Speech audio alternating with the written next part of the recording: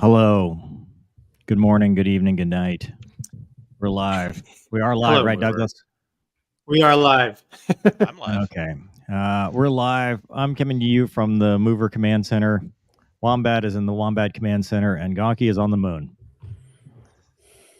That's right. Like what I've done with the place. So if Gonky freezes, per the Let's banner, not make any jokes. I mean, no, we poor can now. guy is We're living in vintage a Gonky. trailer. Yeah, we're come vintage on, dude. Gonky. Vintage Gonky. No, And then we've got no. vintage Wombat. Buy his books. They help support him. It's the only His thing that endeavors. supports me here. Or Or swag, too. You could buy swag. You can buy a shirt now. We've got shirts for sale. So if you want to do that. There's also a Luna Cam, but she's not available right now for comment. She left. She wandered off. So this show should be great. Wombat, how are you? Should be. Should be great. Just kidding. How's I'm it doing going? great. It's fine. Live. Ask a Gonky question. Why is the intro 2 minutes long? And then you have an intro on top of that. gives people that time too to show long? up. It's the We like pre-intro. intros, It's dude. 2 minutes. Oh. It's a countdown timer to go live. Okay. Amateur. No, I get it's countdown timer. I get Countdown distracted timer. when I sit here for 2 minutes. Well, that's like- kind of it's an Air Force thing. You talk about the weather 3-4 times. We like to have a couple The Is time it- hack. Is So it the time similar to hack. the Air Force thing where he constantly messages me if I'm showing up, even though I said I'll be 15 prior. What time is the 15-minute check-in? not It's hear me? 15 prior, not 5 minutes prior, not 7 minutes prior. There's not 16 15 minutes prior. If you want me here 15 It's minutes 15 prior, then I tell me to told be you, here we 15. have told, no, how many That's not true. Donkey have You've we not never told this told me man that. to be here 15 not. minutes prior? No, you just complain when I'm All not. right, usually listen, 30 we've got towards Pull the the tapes. Pull the tapes. pull the tapes. You have I never. want to look. not Somebody's already donated to Gonky's internet. DL says line 1 of the F-35 ejections he bolt faced clearly states to turn on the transponder prior to touching the ejection handle. That's because he ejected. I don't but- know about all that. Mm. But we do have more F-35 stuff. So let's get into our topics because why not? Gonky, you haven't heard this, right? This is all new to you. No, So when correct. the Fat Amy driver jumped out, he wandered over to somebody's house and called 911. And people have asked, why would you do that? Because it's a security violation to have a cell phone in that jet.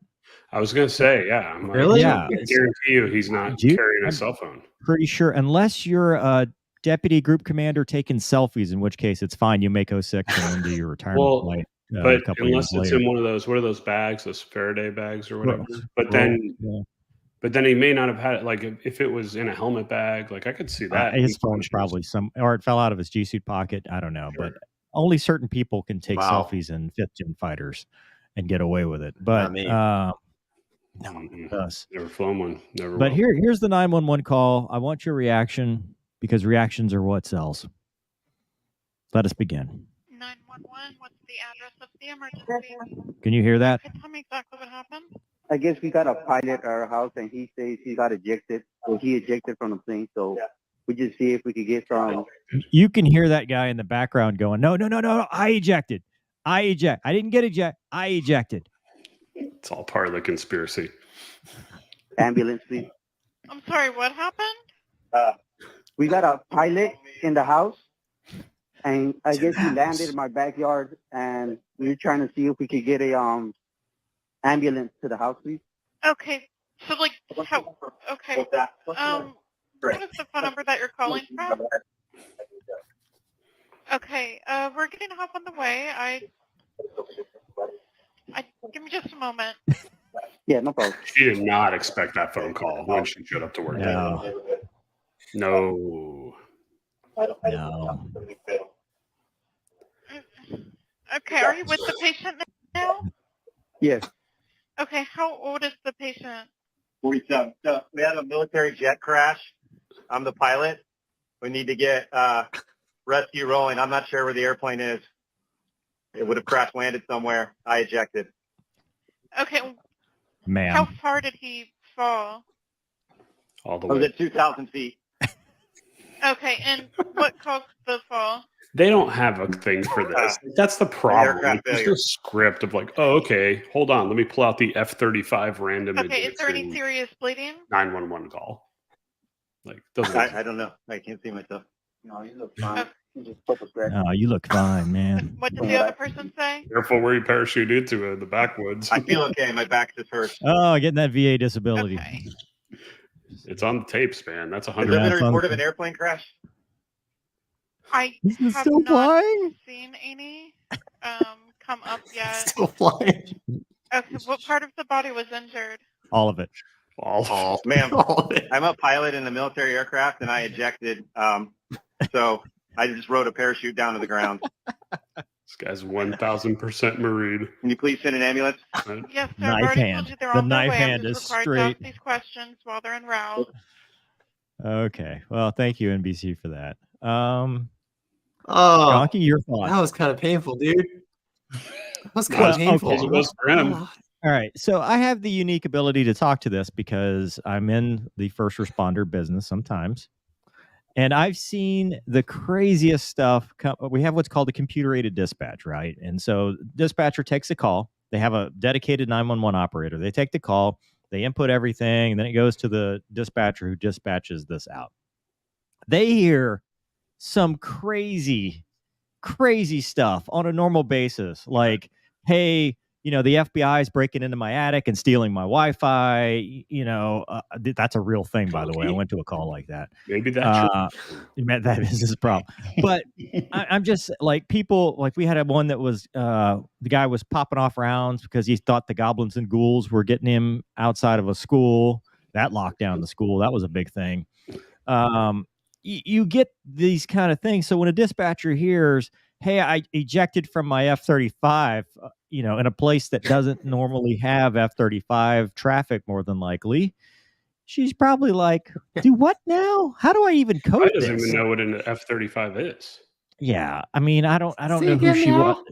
was. Yeah. So she's going through her little checklist, and the checklist is like, okay, what do we classify? Oh, that's a fall. Okay. So from what altitude? 2,000 feet. Boy, that had to hurt. Yeah, that's a big That was, ooh. that is- Ooh. And meanwhile, this guy, he imagine that, right? You land in this guy's backyard and you're like, hey, sir, can I borrow a phone?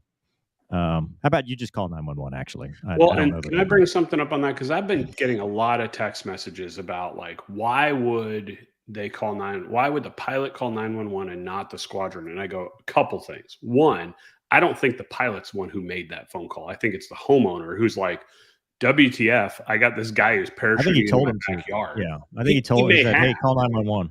He may have. Number two, and be honest with me, and Mover, your answer doesn't count because you're better. Gonky, be honest.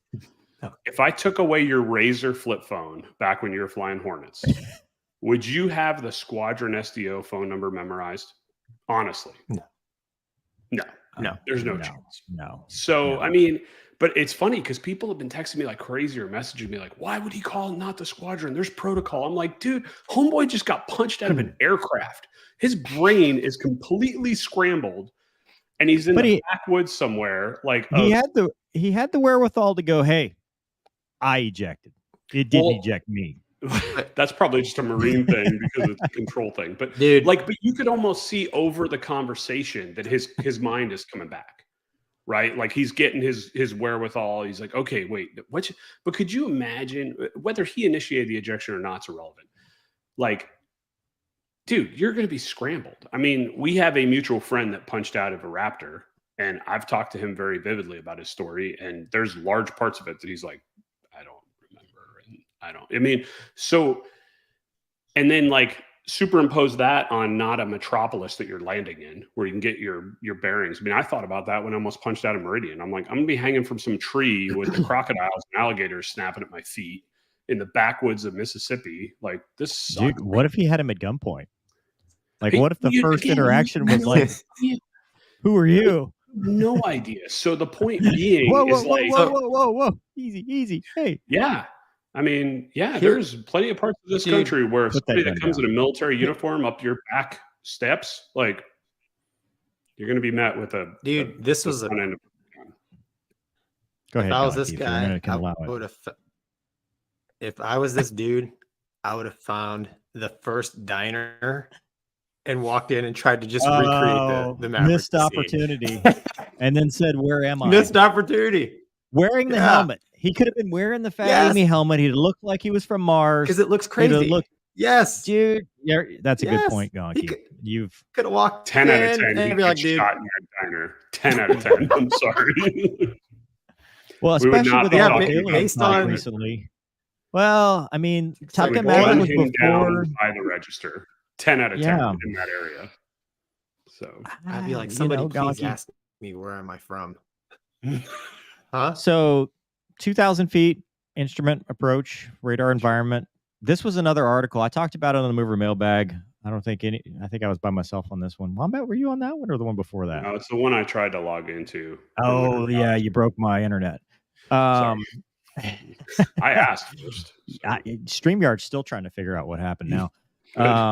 But that one, there was an article that said it was some quote unquote expert, right? And he comes out and he says, well, he didn't have time to turn on his tracking beacon or tracking device or whatever. And it's like, no, he was squawking because he was already in the radar environment, and he had other failures more than likely. So it's very likely that failed too. It's not like, hey, we're flying around invisible mode. Oh, turn it back on. No, that's not. Mode.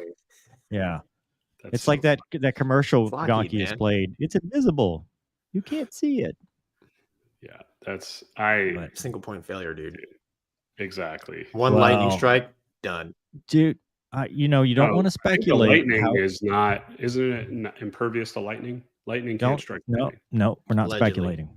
Although I will Yeah, no say speculation. the Mover Mental Health Minute last week. I mean, You it don't makes know. sense. I mean, you don't. I mean, You don't it's It's mental health. now isn't again because I don't sit and live and breathe airplanes like you guys do, but like, there's no HUD in an F-35, correct? There's a helmet. It's just the helmet, right? So this was a comment I made years ago where I'm like, hold on a second, you're gonna have a jet fighter with no HUD Hold up. and just wait a a minute. helmet, and it's like, oh yeah, well the helmet will never break, and I'm like, to my friends who have flown with the helmet, has it ever failed? And they're like, mm-hmm. So I mean, this could very well be, and I'm not like whatever, Nope. it'll come out, we'll talk about it, but I mean, it could be something that simple where like the helmet went bad and he's out of there and the plane's perfectly fine. I mean, this is There's a where lot of stuff redundancies in these type of aircraft are critical, in my opinion, especially combat aircraft, because I mean, there's so many things on Fat Amy that I'm like, oh, really? You're going to put that in the saltwater environment of a ship and it could Well, never fail. Let's talk about the fact that he's flying a Marine version that is VTOL. Well, I mean, that's just, I mean, the My whole hat reason goes off all to the other everyone. variants have the problems that they have. VTOL. yes. Well, I mean, the plane just kept flying, so his decision Quite was a while. probably wrong. It would have been awesome if it VTOL'd its way into a field. Remember, it just And lands. landed. Yeah. You're refueled. Like, I'm still fighting. I don't know where that guy went. Gonky, I was telling this But- story. Oh, there we go. Cool. He's out. I No, can't I'm here. remember. I can't remember if it was before or after we were students in Kingsville, or we were, or I was an instructor in Kingsville. But there was a T-45, or maybe it was an A4, or maybe it's just folklore, where like the nose wheel steering got wonky on landing, and like the pilot does the like aborted. No, I'm not. Oh no, and I'm out. And he just punches. The plane took back off and flew to like South Texas before it crashed. Like, and I remember them talking about that in LSO school because it's trimmed up. Like, you know, so all these people are like, how could it possibly fly without the pilot? I'm like, hell, it flies better without us half the time with these types of aircraft. That's less weight. So- The plane has now decided it would rather have the extra gas. Exactly. Like it understands the benefits. It's the hierarchy, right? go We for a would like slide. to have the extra gas, and then it gets rid of us, and it would like to have Well, the extra yes. gas. Well, It you've was the seen the last video player. of the Hornet. Wasn't the Hornet that got squirrely on landing and it turns sideways and the dude punches, but the ejection actually rights the plane and it sits there, and then you see the guy parachute in the HUD film. That's a pretty famous video Yes. too. Like, so people are Yes. like, yeah, dude, there was a Tomcat I remember where it was out of Tomcat. control. They punched, and the punch is Yeah, actually and it straightened it out. broke the stall, and it kept. And I'm like, so this is totally understandable. That, you know, again, not Well, even knowing what can- was wrong. Cornfield bomber. Cornfield bomber. Can Is the that Marine version like auto vertical land? I think assume it so. pretty much is auto vertical land. I Has don't to, think yeah. it's not. Well, I then, think it's like, like it's doing most of its own thing. This is a dumb question. Since it's not a real airplane and it can take off vertically, like, why didn't you just couldn't you just hit the land me like a helo vertical mode? Because he probably wasn't in a Because he position. had no idea if He he didn't know was where it upside was. down, right side up, left, right. Like, But if it's I mean- auto, that's why I was asking if it. but if the jet doesn't know, I either, get what you're saying. Yeah, like the jet needs to know where it is to know where it's not, to know where it's going. true. Right. It's like the missile. The missile has to know. I mean, if it Right. I get if it. all of the information is gone, you're back to being a T-38 in a jet that has no T-38 capability. True. We'll wait for the AIB, but it's Gonky. instruments. Yeah. If you don't I'm just have curious, any that's all. instruments, if you have no instruments, how do you fly instruments? Well, he took his instruments with him on ejection because they're all right here. Anyway, moving on to the next topic. Thank you for that. That was Douglas. Replacing Yes, the sir. A-10s with the Super Hornets.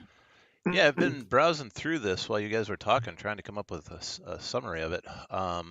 There's Good been- luck. Yeah, it's a long article. There's been some discussion, I think, for quite a while about retiring the A-10, and this is from the Drive, the War Zone at the Drive, making the case that the Super Hornet would be a good replacement for the A-10, partly due to the fact that we already have it, and they also talk about it's not really about the airplane; it's more about the skill set. That A-10 guys are forward. What's FAC-A FAC-A, stand for? forward air controller, airborne. Airborne So FAC. Yeah. this is forward air controllers that are in an airplane, and that's a really important skill set. And they could transfer them over to F-18s. He talks about the particular capabilities of the airplanes are pretty similar. The flight regime is similar. The A-10 guys are trained for a similar amount of Gs, so it's a pretty interesting article. It seems to make a pretty good case. Look at that thing, man. This? No, the cockpit. Yeah. Look Yeah, at that cockpit, that's pretty wild. That is amazing. Yeah. Is that the Block 3? Is that the thing that's in New Orleans Yeah, now whatever that doesn't want Yeah. mover? That looks like a Kuwaiti. sim. Yeah. Mm-hmm. What's outside Yeah. looks like it's Probably is protected. the sim. It's got better visibility. Yeah. Continue. Yeah, Douglas. that's pretty sweet. That's That was it. That was my summary. Okay, great. Good talk. Gonky, your terrible thoughts? idea. Terrible idea. What? Come Yeah. on. Dude, Can I mean, summarize think this whole yes, I article? want it. Go ahead. Let me summarize this Sure. article. It's going to cut the whole podcast short, though, because we won't have to talk about this for 25 minutes. The author is clearly married or dating to somebody who's a Super Hornet Wizzo, and he wants to keep them employed. There's He's no an other reason. A10 patch wearer. This guy was an A10 wick guy. Donkey knows what I'm talking about. He's like, Yeah. I want to keep my husband or wife employed. We need to bring Super Hornets over here in the Foxtrot model to do FAC-A. Has to. It's the only way that we're going to survive as a fighting force in a country. Do it.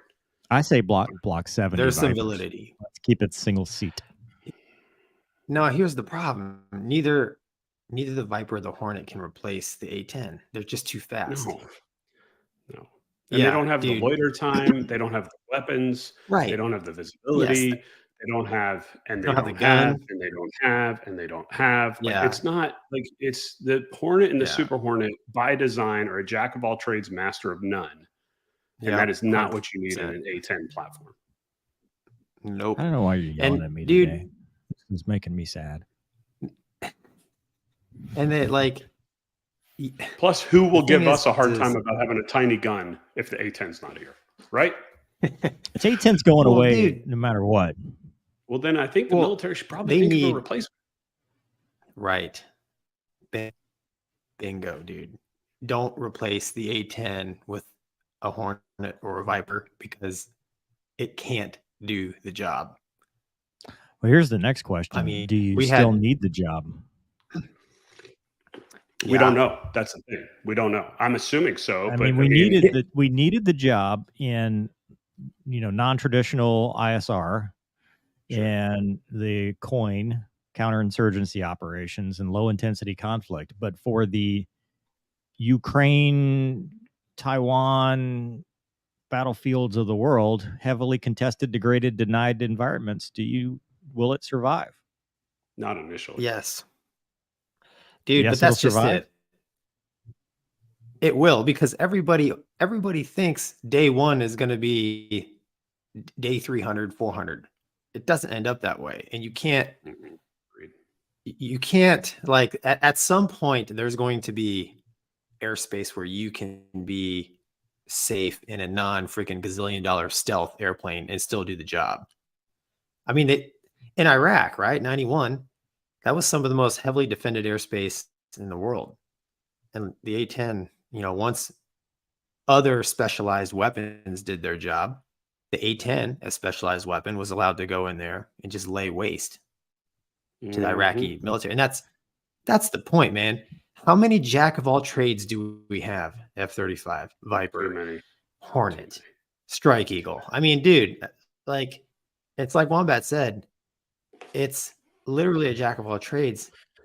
That air crew, and you know, if the Air Force gets a Super Hornet, it's not going to be, this is the A-10 mission only. It's like, oh, it's got an AMRAAM. Oh, it's got all these other toys. Oh, look what I can do. Looky. No, dude. Like, the focus needs to be supporting the boots on. That's how you win the war. You put the 18-year-old with the machine gun on the other dude's real estate. Period. Yep. The Super Hornet would have been, dude. The Super Hornet, like 1,000%, the Marine Corps should never have bought the F-35, and they should absolutely have bought Super Hornet. That's my own opinion. Agreed. I agree with you. I'm pretty impressed because you can do the FAC-A mission. Well, you're smarter than you the look. FAC-A mission and the two-seater, dude. Like that's, I did FAC-A stuff with the Marines. I mean, they love that stuff, dude. Right? Because every Marine fighter pilot, because they want to be, be close to them, right? Those are their boys and girls down there. Like that's their mission. Yeah, man. Like, we're just trying to get back to the ship for a slider at Mid-Rats. That's our mission. So this is a horror. The Rhino. The Rhino is absolutely the perfect Marine jet, and it is absolutely not an airplane that can replace the A-10, dude. I mean, I've been in theater and combat. When the A-10 shows up, the guys on the ground stop talking to you. Yep. They're like, you can go cap. You go loiter and conserve. What about the AC-130? Yeah. That's a great aircraft, too. That happened to me as well. Mission. You know, it's. I mean, you need in the wars that we have fought recently. You need a plane that can get down and dirty, close to the troops on the ground. Will we need that in the future? I don't know. That's the point. The wars we are looking to the next war, not the previous. Well, war. And that's great, and that's why we promote these excellent leaders whose job is to not only be able to predict what aircraft we're going to need for the next war, because if they could do that, maybe they should just not have the next war. I mean, if they're that great. So that's the problem with this, is you're guessing. It's all a freaking guess. So just look at what's worked in the past, take new versions of that, and hope for the best. And the pilots in the box will be the ones that do the job. The A-10. Well, look at what's going on in Ukraine. Yeah, but dude, the A-10 was designed for that war. Frog, C-25. Frog foot, yeah. Frog feet? What's the plural of a frog foot? Frog foot, like two frog foot? Frog foots? I feel like we've digressed. How about just two of them? Anyway, a two-ship of those things. No, that's the Russian A-10. Right, that's what I'm saying. If you look to the war in Ukraine, you will see a picture of what a modern battlescape is. And guess what? It's not even the fencers and frog feet. It's cardboard drones, styrofoam drones. It's drones, man. Suicide drones, normal drones. It's all kind of little baby drones, FPV drones. I'll ask you this. Is either side fighting to win? Honestly. I think they're fighting for money. I don't think so. 100%. When was the last time you saw a war where either side fought to win? We haven't done that in my whole career. Yeah. All right. Well, so the views are our own and do not represent that of the Department of Defense. It does not imply or constitute any DoD endorsement. Please do not fire 100% us for what we said. Any reattacks on this before we move on to the next topic? I still stand by the fact that I think it's a bad idea. That needs a job. That's who wrote this. All right. Well, thank you for that. Douglas, do we have any things from the kids at home? Let's take a look. Well, there's some support for the A10. I'm trying to get back to where we were. There we go. Janitor is back. I got you. So Janitor, I thought gotcha. Mav walking Amen. into a diner after his bailout was ridiculous until real life happened. Yeah. See, In fact, it could have could have added been. real It could have- validity. What could have been? Thank you, Janitor. Trigger be another. says, and thank you. The dispatcher was like, wait, you had what happened? Yeah, they keep piling on to this poor girl. But come on. How many, like, that's not doing her in the job. field training. Yeah. He's doing her job. You know, I'm telling you, if I were riding around as a fighter pilot and I saw it dispatch or heard it dispatched out or saw it on CAD, I'd be like, what? No, this is stupid. What is this? It's some idiot farmer, you know, crop duster crash. T-Bear's out there buzzing crop dusters and they think it's a F-35. Like, dude, some things are just so unique that it just defies, you know, any reason. And they're just in the moment. Yeah, authenticate Alpha Bravo. Yeah. Ethan says pilot shows up at house looking like Tom Cruise. He's about Tom Cruise's age. Told you. No, he's No, Missed no, opportunity. he's not. 47. Tom Cruise is way older in that film Sorry. than 47. Franz We says, double talk about that. some on-the-job Thanks, Franz. training. Here you go, Gonky. Was reading an article on Connor. MQ-25 refueling drone and was curious what you guys think of it. I believe it could be advantageous in certain situations. Thank you guys for sharing your time every week. What do you think about getting that? As long as it stays on autopilot. No, I That's can't awesome. think of anything that doesn't fly into the clouds and turns the autopilot off for training. So Yeah, I mean, you guys Yeah. don't mind, do you? I think it's awesome. yes, I do mind. Yeah, Yeah. it's fine. That's guys are great. I true- think it's a true great heroes. idea, man. More gas. It's the one thing a drone should be used for. Nothing can replace the I agree, burp. Aaron. Yep. We need to get Casmo on here. Compare close air sport. Thanks, Ben. The Apache, the Viper, the Hornet, the F-15, A-10 is baseline. I think the Apache is going to give him run for his money. Yeah, the F-15's last. Period. Yeah. If the A-10's Well, a the gray baseline, one? I'd say the Strike Apache Eagle. and then Strike the Eagle. He's 16 probably and talking 18. about the Strike Eagle, and you got two people in there, and one of them is doing other stuff. Still last. Yeah. Okay. All right. Garrett says the Garrett. homeowner probably thought the pilot was an alien with fat Amy helmet and bad weather. Also, doesn't the F-35B have an auto recover feature? I think Like an everyone's auto on GCAS, but Maybe more it's than likely. disabled. So somebody asked this question Obviously, too: we is forgot to turn it on. well, why didn't the alert fighters find it? And it's like they didn't have time.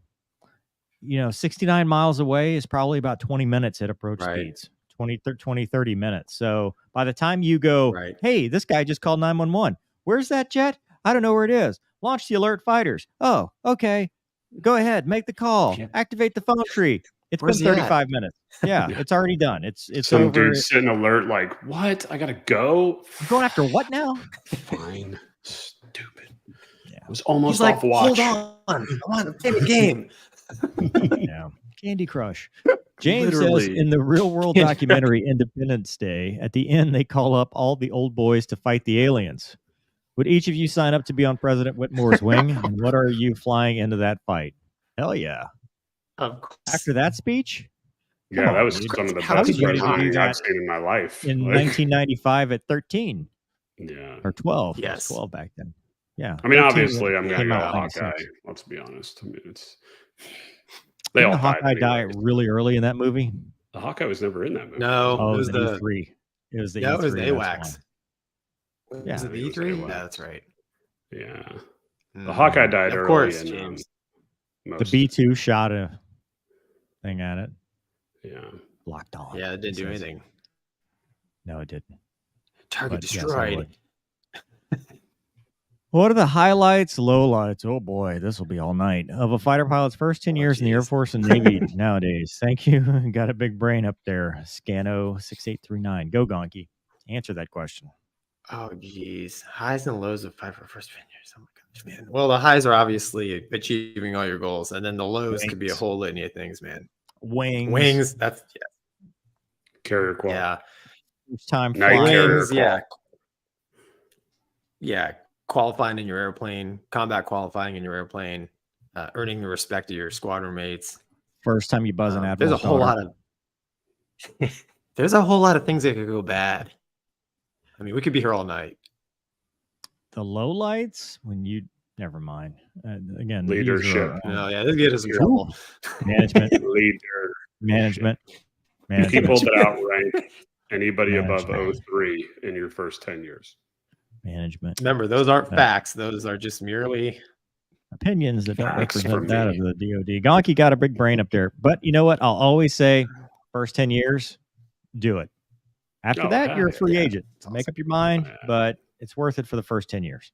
Yeah. Connor says, super entertaining when you guys get passionate about a topic, yeller light. Thank you for that.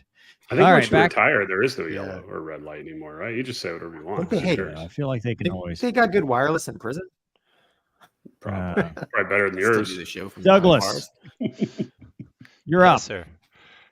So when did this happen? September 2022, a Russian Three. Su-27 fired on an Oh. unarmed UK surveillance plane, and the incident was previously attributed to a technical malfunction, but later recordings of the communication said that he shot at him. His co-pilot tried to talk him out of it. So there you go. bad idea. I love the title of this article because if you scroll up to that, like this is the epitome of clickbait. Russian pilot tries to shoot down British plane over Black Sea. Like, whoa, hold on a second. And then if you scroll a little bit more, it talks about a Royal Air Force surveillance plane. Like, whoa, whoa, whoa. And then you realize it's a drone and you realize nobody cares. Like immediately, you're like, oh, well, what? And then they even throw like the British rivet joint aircraft had sensors to intercept. And I'm like, wait, I had to go back and read, like, was it the rivet joint that got shot at? And I'm like, oh no, it's still a drone. And he missed and nobody cares. That's my side. You Mover. two talk amongst What do you yourselves. What do you think, Mover? Mover just took himself Is he out here? of the chat. Doug, did you remove Mover? I don't have him. No, I didn't. If I did, I did it by accident. Yeah, See well, if it comes back. dude, I read this article. It the thing about it is, you're right, Wombat. It's clickbait, and they make it sound like, oh, these dumb Russians, they can't even get missiles to work and whatever. But have we ever accidentally almost shot down Many times. our own guys? We've actually, many times. Yeah, there was that It's- dude in the 80s in the Tomcat, right? He actually I did mean- shoot down the Air Force F4. He actually did shoot him down. So, You know? it's crazy. It's just like, So, I mean, it happens. Like, I don't get it, man. Like the clickbait stuff really bugs me because it's like, this is just the whole thing. Like we talk about when incidents come out and it's like, everybody wants to put their own point. And it's like, dude, everybody just wants likes. They just want that click. Nobody's authentic anymore. And it's like, dude, that whole article. It's I not just wasted my time reading a drone. We almost shot. We didn't even shoot down a drone. We almost shot down a drone. Well, there's no real research or reporting. I mean, Correct. I mean, Doug, you read through that article. What did you think of that? What came to mind? Well, this is the second time out of two articles that what I thought was very different from what Wombat thought. And as soon as Wombat told me what he thought, I was like, yeah, I should have caught that. See, so clickbait works apparently. I think that's exactly the take. It's like, wow, they really shot a British drone. Okay. Yeah. And then if you look at the article, the British said, I mean, I'm going to read it. Yeah, I'm going to read it. And of course I read it and I was like, oh, I see the picture they're trying to paint here. But bottom line is I'm not saying, all I'm saying is we've done similar things and our weapons have had similar success and failure rates is what I'm saying. So don't rest easy thinking that potential adversaries like, say Russians or Chinese, dumb. You know what I'm saying? Don't rest on your laurels because we make the same mistakes is correct. How I look at it. What do you think, Wombat? Valid? No, 100% valid. It's like anybody who will go on there and be like, this idiot couldn't even shoot down, blah, blah. And it's like, how many have you shot down? How many times have you been in that situation? Like, I feel bad for the pilot a little bit. Yeah. I mean, not a ton, but a little. Like, put yourself in that shoes. Like, he's probably getting conflicting information. He's like, I got to do something. We're at war. fire. His wingman's like, bro, Yeah. what are you doing? Knocking Yeah. I mean, dude, that's just the fog of war. And then he still doesn't hit the damn thing. Well, Like, that's the embarrassing even- part of all of it. even during our time, there was a guy in a Hornet, and you had to pull the trigger to operate some of the features of the AT Fleer, and he was in air-to-air mode, and he pulled the trigger and fired a winder a lot, and that thing comes off. It's hunting for a target. Luckily, nobody Was he in didn't front of shoot him. down anybody, but Well, and what about, like, how many times have you heard, and maybe we shouldn't talk about this, but again, I don't care, like, people dropping off target and stuff like that. I mean, for switchology errors, I mean, we had a crew throw a JDAM somewhere that they were like, like, and they're like, well, what were the GPS coordinates? They're like, it can't reach where they sent it. You know what I mean? And it's like, dude, this is part of this world that we're in. That's why bombing ranges are where they are, and that's why all this stuff is super safe. And it's like, but again, it goes back to the clickbait. The clickbait is what drives me absolutely bonkers on this, because it's false information. They're just trying to get you to get hooked in and to paint a narrative that does not match. And Doug, I'm not knocking you, dude. Like, it's 100%, 100% accurate. They did a great job at what their goal was. And it wasn't to report a damn thing. It was to get your attention and make you think the narrative they wanted to paint. Yeah, I understand. I mean, I'm the naive audience on this one. So what do we do now? Do we just keep talking about this? I can give you a mover update, and then we can move to the let's do that. Yeah, we hey, give can't us do an the update on FRC Mover. thing without him. Mover said, "Ruh-roh, computer froze. Keep going. We'll be back." So, there you go. Well, let's talk about some of the people that are giving you their hard-earned money. What about that? Those are fun comments. That's well, easy. hey, do we have any super chats we can cover while he? Was there an F-106 in 1970? Holy smoke, Corey, are you as old as me? Landed in Montana in a field. Yep. I would like to have an F-106. That's right. Well, there's one in Montana. I think you can. Yeah, I think they have a picture of that online. Like, if you Google that, I think I saw that. It's like, I think it's in the wintertime. It's just sitting there, like, good to go. We may have to return to the next one. If you can each sing your respective branch's song, I'll donate $5. $50. Okay, because he already donated $5. Mover can sing. I don't know if he will. I'll tell you right now, since I see none of this money, I'm not involved in this at all. So you can make it $30 or $25. There we go. That's $20 is $20. Says one Gonky. bar for $20. We'll see what Mover says. Hey man, the place I work for. Whew. I hear you. $20 is $20. We got janitors back. Oh, $2 janitor, for thanks, Mover's internet man. Fun. Oh man, this is May need awesome. more than that. You at this know, rate. Yeah, no. Like, here's the thing. I'm the weak link in this whole technology thing. Apparently you're not, because you're doing just fine. Well, maybe. Hopefully. That's good. Here's my take on this, and I'm just going to say it to everybody listening. Gonky, you're clearly a better friend than I would be, because I'll tell you right now, with the amount of crap you have gotten for your internet, if Mover fell out, I would have stopped everything we were talking about and just relentlessly beat on him for not being able to run his own podcast. Like, I would not stop. I would just go until he came back, period. And you're just humble, dude. That's why people love Gonky. They're just like, no, it can happen to anybody. Okay, it's not his fault. This is hey, I Mover, hope you guys welcome just back. continued without me. Yeah, we Okay, did great. That Were you was, gone? Did you leave? We're talking about a whole separate podcast now. Dude, what the hell? so It not only kinda did like it after freeze midstream, but then when it got back, it's like, hey, do you want to set up Windows for the first time? I'm like, for the first time? What do you mean for the first time?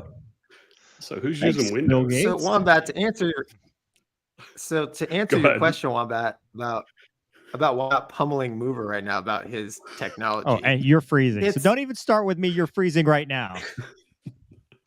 It's the Mover and after Gonky the show. batter, after you've been gunning a guy for like 20 seconds, it's like, all right, let's just knock it off. I mean, Yeah, that's true. Nothing That's left true. here to That's true. prove. So, That's true. You're clubbing baby seals at this point. I hear you. yes. Yes. That wouldn't have stopped me. Ethan, hey, do we? I'm just saying. He came I back know. in perfect time. Hey, He Did you, did. did you guys ejected. finish talking about the Russian thing? We did. Okay, we're past great, it, 'cause I dude. didn't- Covered. I don't know. Yeah, We were covered. getting ready to You do have to Vipers in sing the Vietnam. Air Force hymn for Oh, yeah. $25. Off we go. into the wild blue yonder. Fly high into the sun. Hey, $20 Gonky, is $20. Actually, no, I love that. did you tell him you're my boss now? We didn't talk about that Have you yet. made I was that going to wait to announcement bring yet? that up. I mean, I guess I am kind of your boss. So let's just pick this In up where we the left off. wildest twist of fate. You know what's sad? The Lunacam's gone now. I can't get Lunacam's broken. Oh no, we never even got to use it. So Never can I went in just here. wait? So, I have to say this, and this is not, I'll say right now, Mover, you're in great shape. This is not what I mean by the comment I'm about to make. Okay. But when you told me that Gonky was going to be your boss, the only thing I could picture was at the end scene of Dodgeball, where it's like, you're not the boss of me. I'm the boss of me. I'm my own boss. Like, I made myself. Like, it's that was more. No, it's more like Michael Scott, and it was my understanding that I would not be managed. And who gave you that idea, Michael? It was my understanding. Maybe you could be the assistant to Gonky. Gonky is actually the assistant to the regional wing commander. So you could be the So assistant. he's to Dwight. the assistant. He's Dwight in this scenario, and I would be Jim. Can we just welcome, take a moment of welcome back, silence Major. Hey, we got more people since I left. Good job, guys. Can we take a moment of silence for how Gonky's naval military career is like the cockroach of careers? Like, it just won't die, no matter what. Like, no matter what he does or does not do, somebody else is like, hey, bro, you seem nice. Here's another job. Like, we're sorry that you blew it all off for 2 years and nobody would ever still be in. But you know what? Happy-go-lucky Gonky. He's like a golden retriever, dude. You're like a Lou Diamond Phillips of the modern day. So definitely more of a golden retriever. Aye, sir. All right, Mover. Let's get this train back on the tracks. I thought Wombat was no about to call sir me sandwiches fat. while we're live. No. I wanted to make sure that was not my intent. But I did think that movie at the end. You know the scene I'm talking about, where you're like, oh yeah. Okay. With all due respect, Douglas, what's next? Because I don't know where we're at now. Well, Vipers to Vietnam. We can do that. Let's talk about the Vipers to Vietnam, please. We always have the super chats if we really get in a jam. Yeah. Thank you, people. By the way, BulgarianMilitary.com is our source. Go. Yeah, from Boyko Nikolov. Oh, wow. Vietnamese People's Air Force currently maintains a fleet of 10 Su-27. I wanted to read this because I was kind of amazed at how many airplanes they've got. 10 Su-27s, 35 Su-30s, and 34 Su-22s. Included in their inventory is a reserve MiG-21 and one fish bed. There's talk of them getting 16, perfect number, I think it was 16 F-16s. Indicating improved relations with Vietnam and also concerns about relationship between Vietnam and China. Well, so I guess my question is, are we friends with Vietnam now, Gonky? Wow. Yes. Wow. Oh. Well, Gonky's the co-host. I asked the questions. He's a smart man. Plus, I'm half Vietnamese, right? So that automatically makes me an expert. Which half? Wombat, yellow light. It's too easy. No, I can't let that one go. Come on, it's too easy, dude. Somebody said his I'll say wombat. this: the Vietnamese love Americans. I mean, I've been there, obviously. The Vietnamese love Americans, and do they? I don't say yes, they No. do. They do not like the French. They love Americans, dude. Well, the French started the whole thing.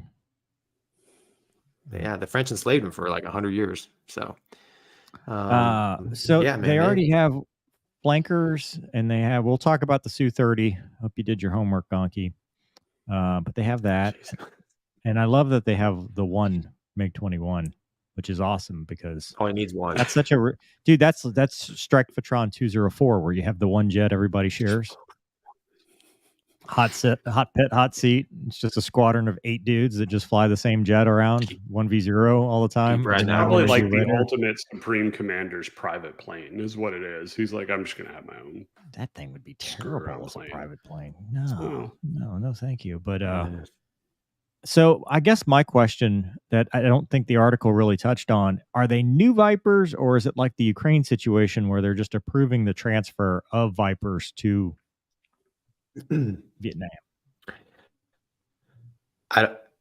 I don't know, man. When I see stuff like this, I always wonder because I saw it in Malaysia. You got a frontline Western jet and a frontline Russian jet, and the philosophies of how you employ them both is different. So, like, I always wonder about how do you actually get these two airplanes to work together in one fighting force? That's what I see when I see like Vietnam getting F-16s. Like, how do you, because they probably definitely have a Russian doctrine of employing all their Russian airplanes, and you get a Western fighter in there. It's just But you get I that could with see it in the Malaysia. training, right? Yeah, but you get that when you buy the jet. That's why they hired you. So they buy the jet, and then they go to Tucson. They get trained up in the Viper tactics, all that stuff. I mean, it comes with a lot more than just airplanes usually. Yeah, but then what you have is like, right, then Vietnam has like two air forces, the Su-30 Air Force and the F-16 Air Force. Well, guess what? You guys are on the same team. How do you work together? Or how do you meld the tactics? And like, I saw a little bit of that difficulty when I was in Malaysia, because I did missions with the MiG-29, and I had no idea what was going on. Like, what do you guys, because of what was required to get the MiG-29 to the merge. I know all that. I know what you're saying and thinking. Might not have been. But you know what I'm saying? I mean, that's all I'm saying. It's too easy. Don't throw wiffle balls at me tonight. I'm not in the mood for that. It's too easy. But what like Mover said, okay, you come to the U.S. and train. We teach you the Western way to do it, and then you go back to your own country. It's like, well, these Su-30 guys went to Mother Russia and they learned their thing. How is this making our Air Force stronger? As like that's the way I look at it. So I think the other. Sorry. Go ahead, Gonky. I'm sorry. Delay there. I was just gonna say I think it's wise to have either all Western jets or all Russian jets. But the other part to this too is going back to my original point. If they're brand new Block 70s, which I'm for, love that idea because it keeps the assembly line rolling. That assembly line is backed up. I mean, I think I read something they're producing like 4 a month, and it was so bad that the Taiwanese jets, the ones that like they're due right now, they're having an issue. So they're upgrading the current Vipers as a stopgap. They're like, okay, well, we realize we're a little bit behind, so here's upgrades for what you got until we can get the production. So if it's new jets, it's not going to be quick, but I am for it because guess what? It's American jobs. It's American jobs at the factory, flying FCFs, building in the great state of South Carolina. They might need somebody to test fly these jets, and I think it's great. However, if they're just transferring jets, then it's the same thing as anything else. It's like, okay, whatever. I was kind of on board with what you were saying, Gonky, about having the different tactics, but to devil's advocate it, why would that be any different than the U.S. that has Air Force and Navy tactics that are different? And they are different. I mean, that strengthens my point. So I mean, but my point being is like we seem to make it work. So maybe they would take these two aircraft and use them completely separate roles, kind of how we do things. I'm just curious. Honestly, I don't have a dog in the fight. Yeah. Like, I don't care either way. It's just one way to look at it as to like, well, maybe that's, if that was employed correctly, we kind of do the same thing. We just happen to make the planes across. But I mean, the stuff that, you did in the Air Force is very different than what you did in the Navy. And things like that. So I don't know. Flanker guys are the Cowboys, and the Viper guys are just out there briefing weather NOTAMs all day. Right? Total. That's reserve guard. TFI is reserve guard when you add a reserve thing to the total force integration. Who's the boss? I have to give him the information so he can be a smart boss. There you go. He can't. Yeah. Gonky needs. If he's not filled with the information, he can't be an Gonky's like the boss. Leader. He's the guy who runs Police Academy. He needs somebody to guide him around. Gonky's not. He's more of a figurehead, if you will, than an actual. Anyway, I very well qualified for that. I might add. Just quite I for one welcome my new Gonky overlord. Douglas, do we have anything from the audience? It's great to be back, by the way. Thanks, guys. Yeah, we have quite a few. All right, let's catch up. This is where we Stu. are. Does the F-35 have a ground avoidance system? Could that be the reason why it flew 60 Apparently miles? not. Was avoiding the ground. Does that also mean the pilot still had electronics? That would be cool. Sitting on the ground, FPV in your F-35. I know it does have an auto GCAS system, but I don't think in the landing environment it's active. I don't think it's. Yeah, I don't because think wouldn't it never be able to land then? Yeah, it's an infinite amount of flying. Keep pushing Actually, this thing forward and it won't go down. I could Oh, actually man. see that being another just found out problem with It's a Fat Amy feature. is they It's not a bug, designed it's this a feature. It's like plugging in the extension cord into the strip into the back into the Yeah, extension cord, correct. so it's just the Yes. infinite power loop. All the tankers, the F-35s are never going to land. Yeah. Did you go to the Tic Tac mover. mover? Probably honestly, I was probably getting too close to the truth, so the Russians turned off my stream. I'm glad they let you come back. The truth is out there. Gonky, I think this is in reference to when Gonky was talking about the Russians not being as incompetent. Don't say as that they just look. because it says incompetence, Doug. That's rude. No, it's the Russians. The Russians. Oh, sorry, misread it. Clickbait. Commandant Lassard, go ahead. Nobody in our audience knows who that is, by the way. No, they Google don't. it. They're too young. Go watch I it. do. Yeah, same. Ba-da-da-dun, Sad. da-da-da, It's virtual. Janitor It's was hoping Janitor, Wait, thanks, man. did he have a good point? I mean, was that not always Yeah. estimate your enemies? Don't Yeah. underestimate them.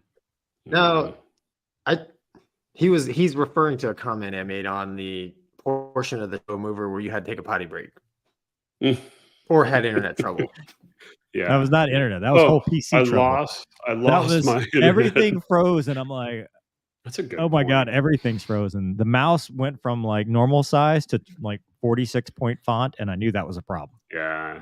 Or you had to Let poop me and you ask- didn't have your helmet bag. I Let's can't be poop that fast. honest. No. Let's be honest. There's no way Mover. I could have gotten back in that amount of time. Mover. Yes, go ahead. Sorry, Well- off the rails. When we all froze, did you immediately think, "Oh, Gonky froze"?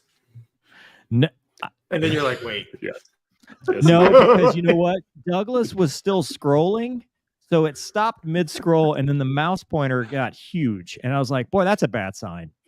And then you always can tell when you hit the numbers lock key and that light stays on. You're like, "Boy, that's a really bad sign."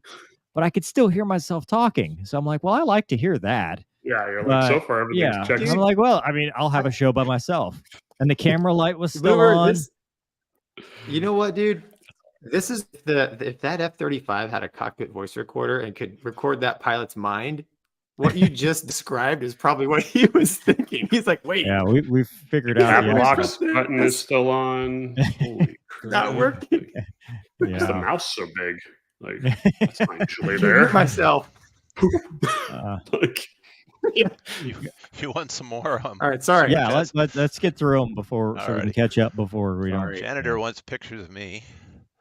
I actually have yeah. a camera. We just don't use Doug it. has been talking about an OnlyFans for his retirement years. We were talking about Was that that what today. we were talking about? Douglas? Okay. That You said clarifies something about doing a channel. You didn't. Yeah. That'll be a mean- dead end. You guys reiterate night traps Honor, are being thanks, man. as being terrifying. You notice how quickly I moved on. Are there a saw few that. specific things you guys could point out that make it terrifying? Yeah, I'm interested in that one the too. dark, The dark.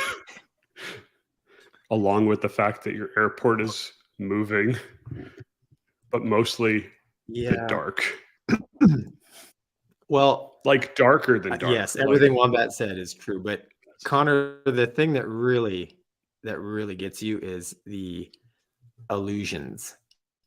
So your eyes and your ears are telling you, "Hey, I'm super steep," but you're not. And the LSOs aren't saying anything. So you keep it coming, even though you want to puke in your mask. And it's really hard to overcome that. And that's what makes it terrifying, because every fiber in your body is telling you you're super steep, you're super low, you're way off parameters, because we're visual creatures backed up by what our inner ears tell us. And that's what makes it terrifying, because you basically, sounds corny, you're confronting your fears and like, "No, I'm on and on." And trust your instruments, that's right? Oof. instruments and LSO. So that's what makes it terrifying. In addition to what Wombat said, everything there is valid too. Well, and dude, Plus, did if you you ever come get up short, you die. Yeah, there's that. You have the rest of your life to figure out how to land an aircraft carrier every Correct. time you do it, which is dope. Correct. Did you ever get the sensation? So the thing I noticed in the Gulf, which I know you were out there probably the same time I was, is so for me, and not everybody's the same, but for me, the oil platforms that would blow off the gas, that made me feel upside down. For some reason in my brain, when I would see those, I was upside down.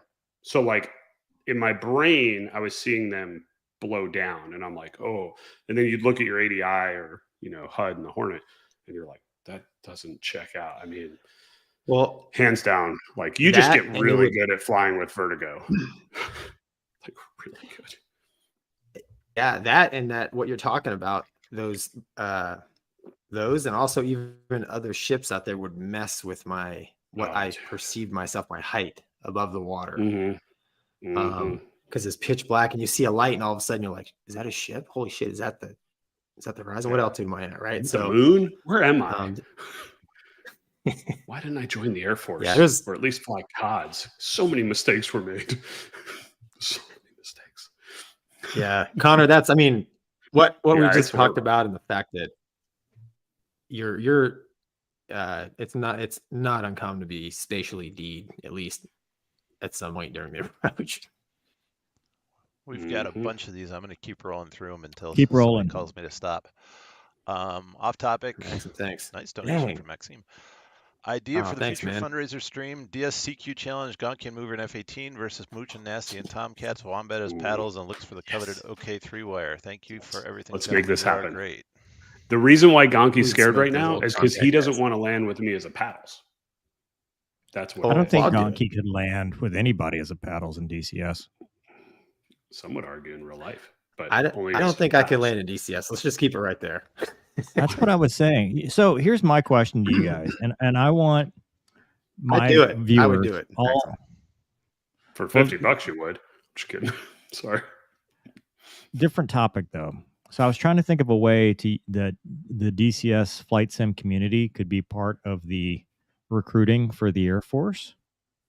What would be a good way to interact and inspire the next generation using flight sims? Email me or do a comment or something, because I'm trying to brainstorm this idea, because we're having such a recruiting crisis right now. How do you get people interested by showing them the job using DCS, Microsoft Flight Sim, whatever? I think there's a way, whether it's tournaments, whether it's something, but if you got an idea, let me know, because I will take credit for it. I'm just kidding. I don't have a career left anyway. No, you'll give the credit to Gonky. We'll promote it. Right. I will tell Gonky my idea, and he will then take credit. Yeah. And get promoted. But just let me know, because that's our next segment, actually. Next is Wombat Pam. Thanks. No, Pam from The Office. Oh, okay. He's more Creed. Thanks, Doug. Pam from Archer. Thanks, bro. Really? Well, I was reaching. Oh, it's cool. It's cool. Nice. Maybe I'll have an internet problem now, and you guys can enjoy the rest of your stupid podcast. She had a real good arc there for a couple of episodes.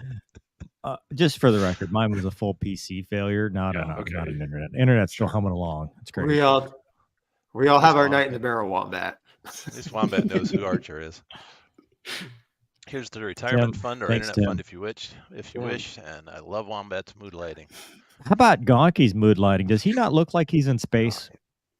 I thought he looked like he was at a lodge somewhere. Has nothing to do with his background either. Look, no, I am at Valley Design and Manufacturing's headquarters. So they were nice enough to let me use this office. Yeah, is this part of the non-sponsored product placement? I'm not. No.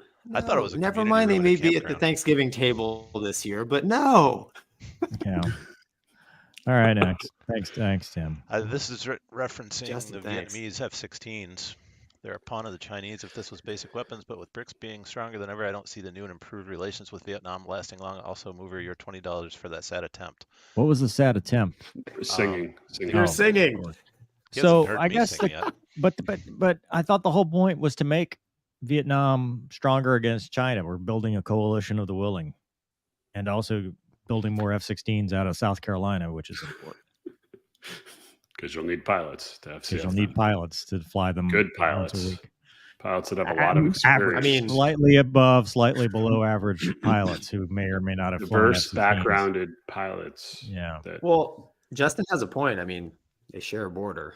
I mean, and China is definitely more bigger than Vietnam. Not sure how Same. 16 F-16s would. Yeah, you got a point, Justin. I can see that. probably about 16 seconds Same would be my theme, guess. referencing the same article. Janitor's back. Janitor is back. He never left. He's very consistent. So who will have Thanks, more Janitor. Vipers, Vietnam or top aces? Mover, are you muted? You're muted, Mover. Am I? Damn it. Yep. This is probably not top your aces. night, bro. No, This dude, is we're not- just you gotta having go a hit the complete tanker again. meltdown. We could get into one of those PIOs again where I click you on and you click you back off again. We do that about 8 times. Yeah. All right. We got See the some next one. retraining. When Yeah, training we're other gonna have to- nations and Western Gonky's- fighters, Ever do they since also get Gonky's became my boss, it's been a downhill struggle for me. downhill all day? Sorry, Do go they ahead. also get trained in BVR tactics? If so, wouldn't that allow for Western tactics to leak? I think they're very specific in what they like. Very. Yeah, Aaron, it depends. Yeah, it depends. No, I mean, there's obviously, there's stuff that we do, and there's stuff that other There's people some do, and level they have their. of things that are shared and some things that are not. Yep. That's a bit. I mean, Yep. it just depends. I knew the answer to this for at least one of you. Did any of you get to participate in a stadium event / flyover? I'm going to give Connor a shout out for being a consistent fan too. If not, what would have been your dream flyover? I did a whole video on this. You did. What was that your first flyover? What was your first flyover? Oh God, yeah, I forgot about Mine? that flyover. My first flyover was 2009. Back when NASCAR used to do the final race, so where they crowned the champion at Homestead Motor Speedway. It was pre-deployment, so we were about to go to the desert, and so we had a family weekend. So they got to fly in our parents. So my dad came out and got to watch me do a NASCAR flyover for the first time. That's awesome. At Homestead, and then I eventually led that flyover like a year later as the flight lead. And I've done IndyCar. I've talked about the most embarrassing one where I was supposed to meet the hot country singer, and my wingman broke, so it was a single ship flyby and afterburner, which does not look Tim cool McGraw. at all.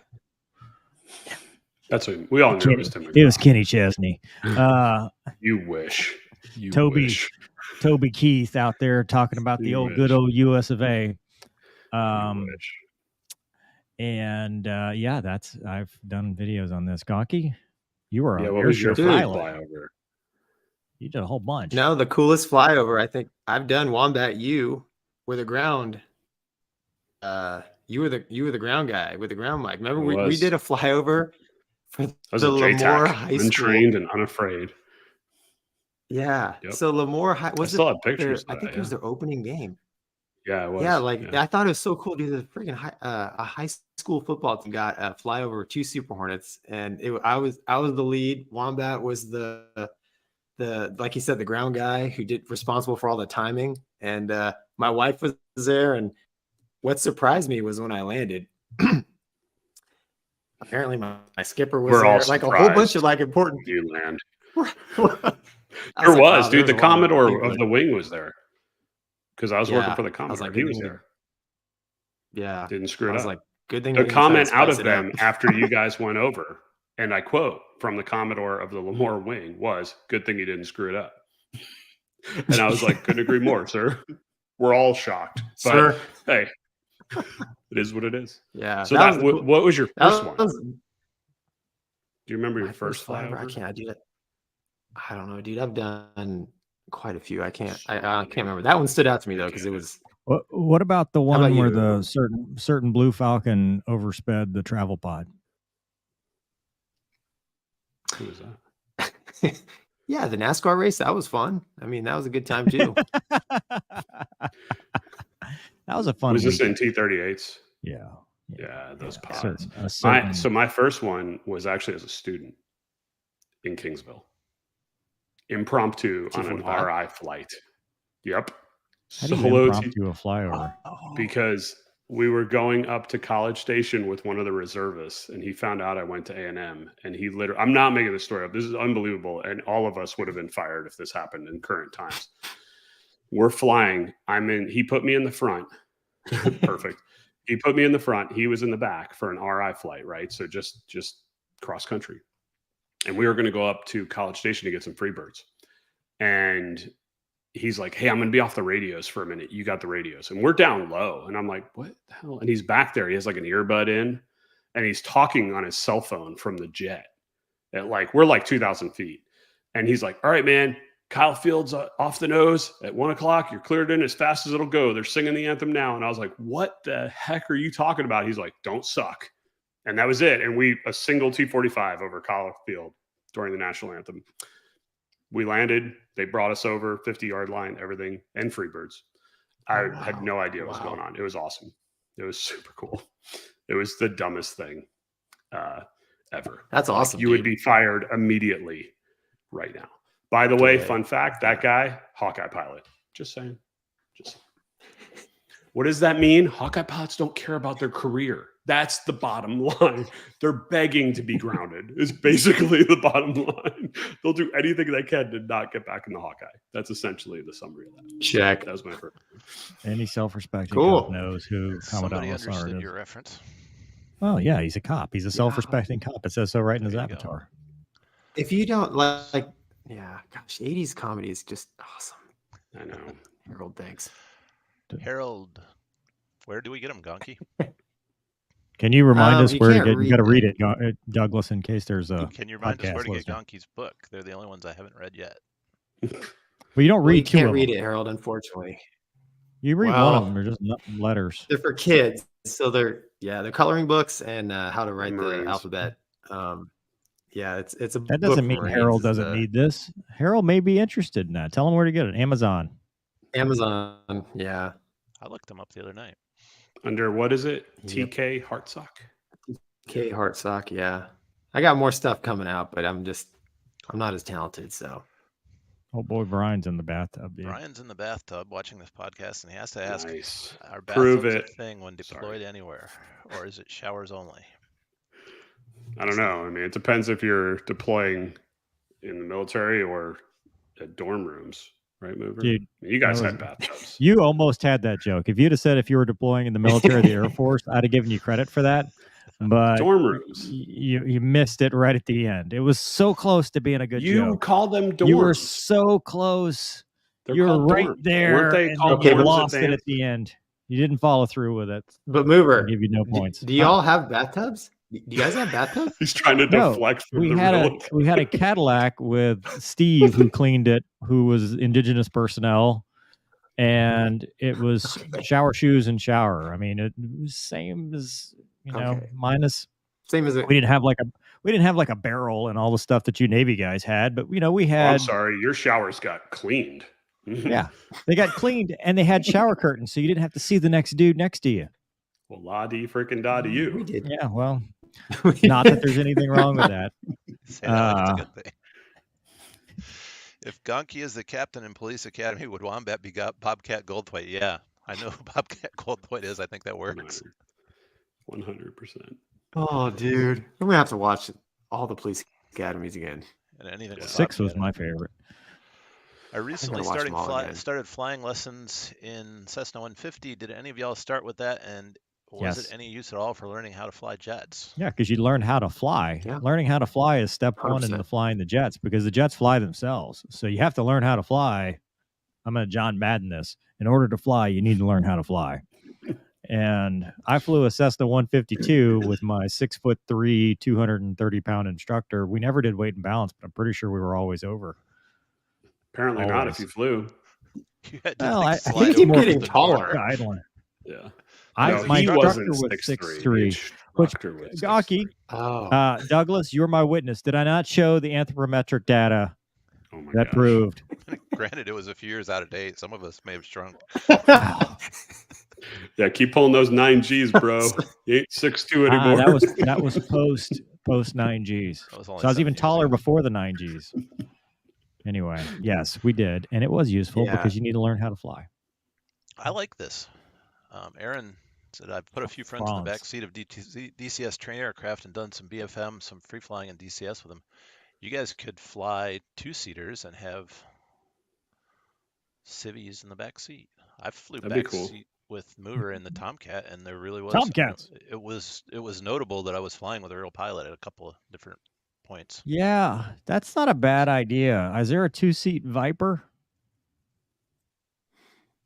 module out there, We'll or a get Wags 2-seat on Hornet? that. We'll have to get Wags on Yeah. that. Hey, Wags Well, they is do have busy an making a new Airbus. You let him focus on that. apparently, they're coming in with a PC-9, which is going to be a T6. So if you could have that, you can Sure. kind of show some basic Air Force stuff. I'm just thinking of ways to get people excited about this. You know, Yeah. show them the job a little bit. Maybe do tournaments and stuff. Just get them excited about doing this for real. But Wombat, how is that going in your acting career? It's going. So people tag me on Twitter all the time, and he said, "Yeah, it's in production. They're doing all the whatever stuff that they have to do." Nice. That's awesome, Yeah, dude. so I'll be the Air Boss. That's Which awesome. Nice. just remember, Air Yes. Boss outranks paddles. Let's keep that clear. Rock, paper, scissors, lizard, Spock. No. All right. So moving on, just real quick. I texted a friend of mine today and said, "Hey, is there anything you want us to push to help out the recruiting thing?" And he wrote the new Mill Recruiter, which the link is in the chat now. It'll be in the description when I finish. That's also right there at the bottom of the screen. Mill Recruiter is getting a fair amount of attention. We've had 40,000 hits since it launched in August. We even started interviewing command-sponsored applicants this week. We are getting a lot higher quality of candidates than expected. Next board, listen, is on the 11th of October. It is not too late to sign up for the next board. So go to that website, millrecruiter.com, AFREC UFT, and sign up. Put your stuff in, make them tell you no. And he said he would be willing to be on the show at some point to answer questions. So I think that'll be awesome. Next week we have, well, I'm not going to say it yet because we're not confirmed, but next week we're going to talk about engineering stuff. Hopefully. Nice. I hate to say. Oh, speaking of Shanghai, he's doing better. He's back in the game.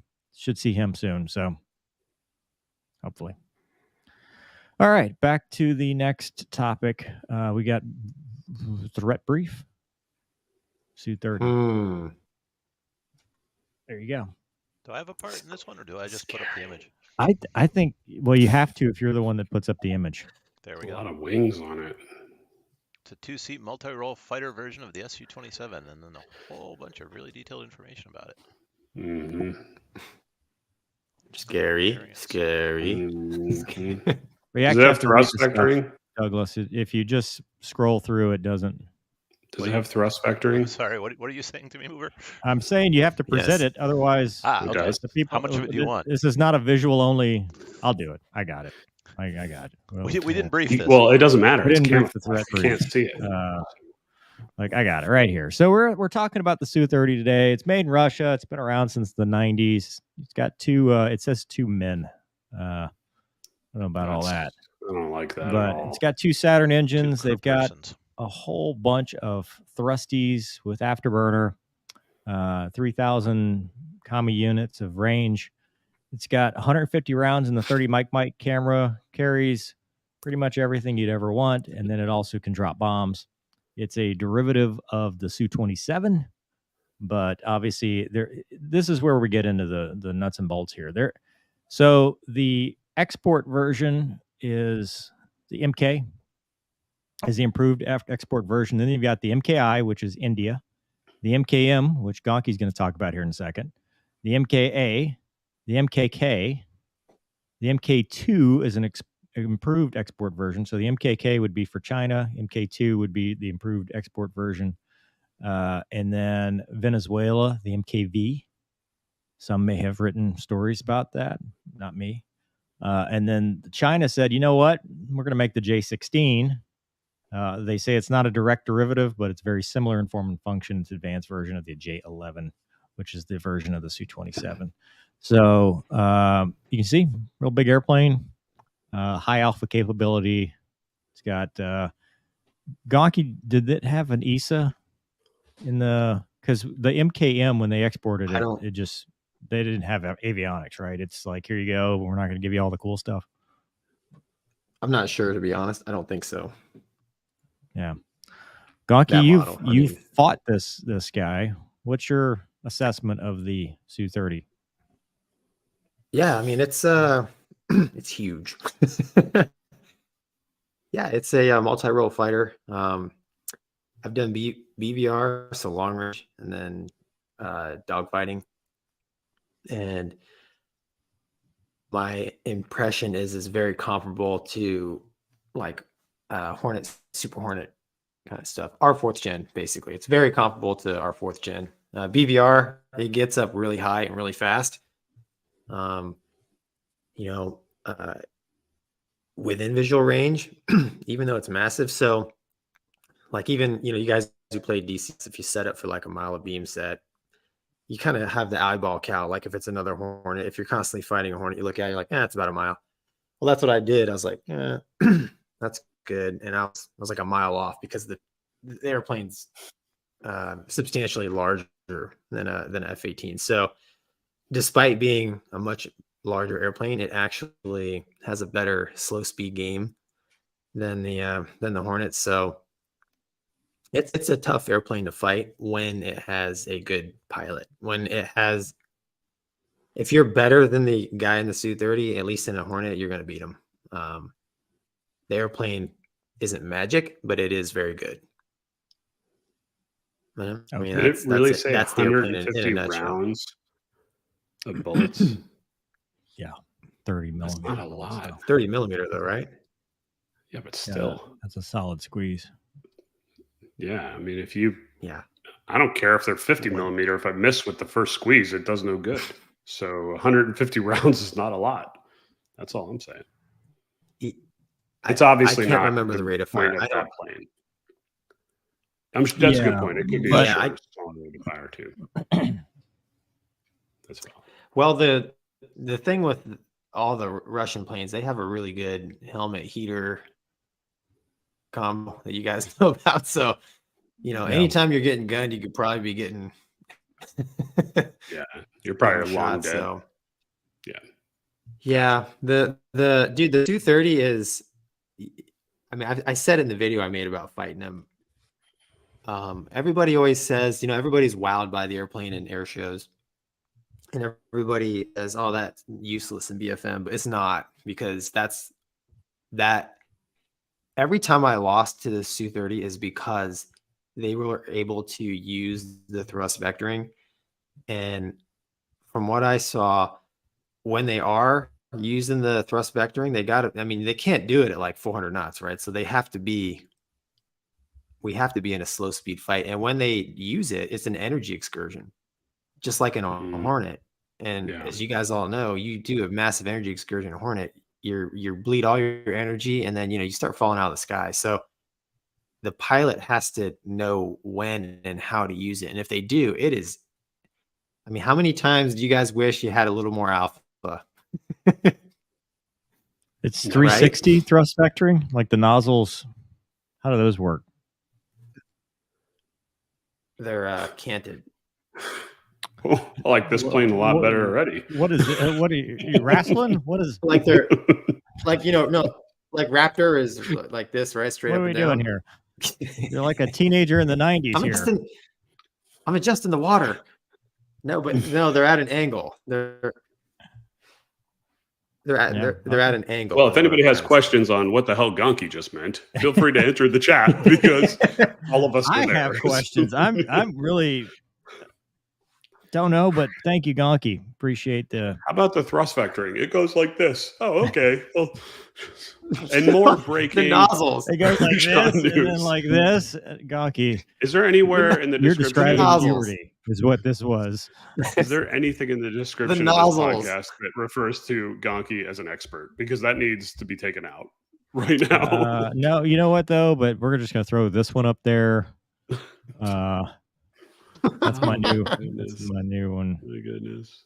For all right, let's move on to the voice messages, because again, Oh, these are always fun. show is off the rails and it's probably not. I don't think it was coming back ever on anytime it. soon. We've had a losing night, is what we've had. Okay, this first one comes from. I'll be honest, I don't know. Did you We're listen to it I'm before over you on hit Gonky play? and possibly guest. I hope you guys are doing well. Just got a quick question for you tonight. What was it like flying fighters for the first time? The first time you ever went solo, taxied out, took off, hitting the burners for the first time. What were your initial impressions of the jet? And then what did it feel like to have that feeling that, man, I'm a fighter pilot for the first time? Love the show. Thank you guys for your service, and looking forward to more episodes. Thanks.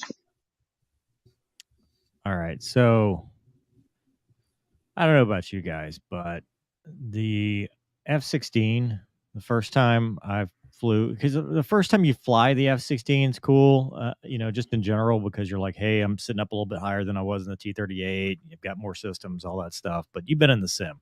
But the first time you go to a single seat jet and you're so used to looking to your right and seeing another seat, but the first time you go to that thing, you're like, this is it. And unlike the Hornet, there's nothing back there. There's no little space or anything like that. Like the Viper ends and it's just the rest of the jet. So canopy, you check it. That's it. There's no more jet. And you get in that jet and you're like, dude, this is an Iron Man suit. I'm now wearing this airplane. There's nobody else. It's just me. I sit down, canopy. Oh, I've got this extra room. And then you light the blower and you're like, holy crap, I'm flying F-16 by myself, with my flight lead. He's up there. I'm back here. I'm alone and unafraid. And I don't know that there is a more memorable time in your career, like we talked about earlier, than the first time that you are single seat. Because you, up to this point, at least for me, you'd flown the T6, which you go solo, it's fine, but it's not the same. You fly the T-38, you go solo, but it's not the same. But you sit in a jet that's designed for one fighter pilot, and it's just a weapon system now. Like flying's not the problem anymore. Now it's about how do I go employ this weapon system, and it is. I don't know. I think it's a cool feeling. I think it's awesome to go to look back and be like, oh, that's the wing now. Because in the Viper, unlimited visibility, you see there, you see behind you. It's just awesome. And then by the time I got to the Hornet, it was just like, okay, I can't wait to get to the single seat version because I don't like having this guy back here. Fellers? Gonky. Yeah, that's a good question because I remember my first flight in the Hornet. Obviously, I was dual. But Mover, you're bringing up a good point. I remember because on the flight line there was two-seaters, T-birds, and there were single-seaters, and I could not wait to fly with the single-seaters. And I remember very clearly because as a student, you can fly one of the two-seaters. They just safe up the seat. But it never, I'd look behind, you got the mirrors, I look behind me, I'd be like, this thing's a family model. It's like driving dad's minivan. Yep. And I remember, man, getting in the single seat jet and I remember closing the canopy thinking like, this is it. Like everyone on the base just sees me. Like there's no denying that like this ain't no trainer, that like it's just me. Like I could be the best fighter pilot in the world. I got my mask on, no one could tell. And yeah, man, I remember my first time in a single seat jet going up. And it's strange you say that because you can actually see better behind you in the single seat jet. And I'm thinking I can see completely behind the tails. Like this is awesome. Yep. And that was a special time, man. And it's kind of like there's something weird about putting on a machine that is designed for just you. It's almost like it's custom made just for you. And I'm not saying the two-seater, I got a lot of time in both. And, now that I'm past the, initial wow factor, they both feel the same. But as a young man, like trying to get to, I want to be a single seat fighter pilot, that was very special. And, it getting a new pair of shoes. I'm like, I swear this thing goes faster. It turns better than the two-seat jet, right? So it was a special time, man. I definitely remember my first single seat. And I can't tell you how far in the syllabus I was, but I know it wasn't like right away because I flew a lot of two-seat jets. I was like, But yeah, it's awesome. I mean, I think it's 20 years old. six man, and it's- six rides in the Viper. I think it's maybe 5. Like you go there, you do maybe 5 or 6 rides, and then they chase you after that. And you don't, Dude, the next time you only fly. Three. Yeah, it's Yeah, it not was 3 or many. 4 in the Hornet. It wasn't It's much. not many. And then after that, maybe it is. Maybe it is. It's not many, but after that they chase you, and so your IP is they don't.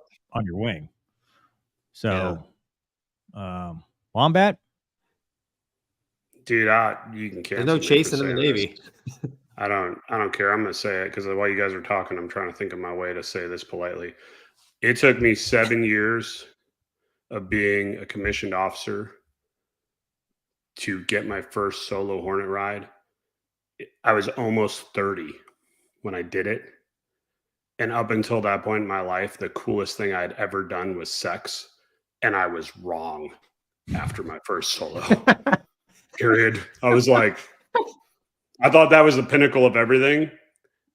And I was wrong before I even lifted off the ground.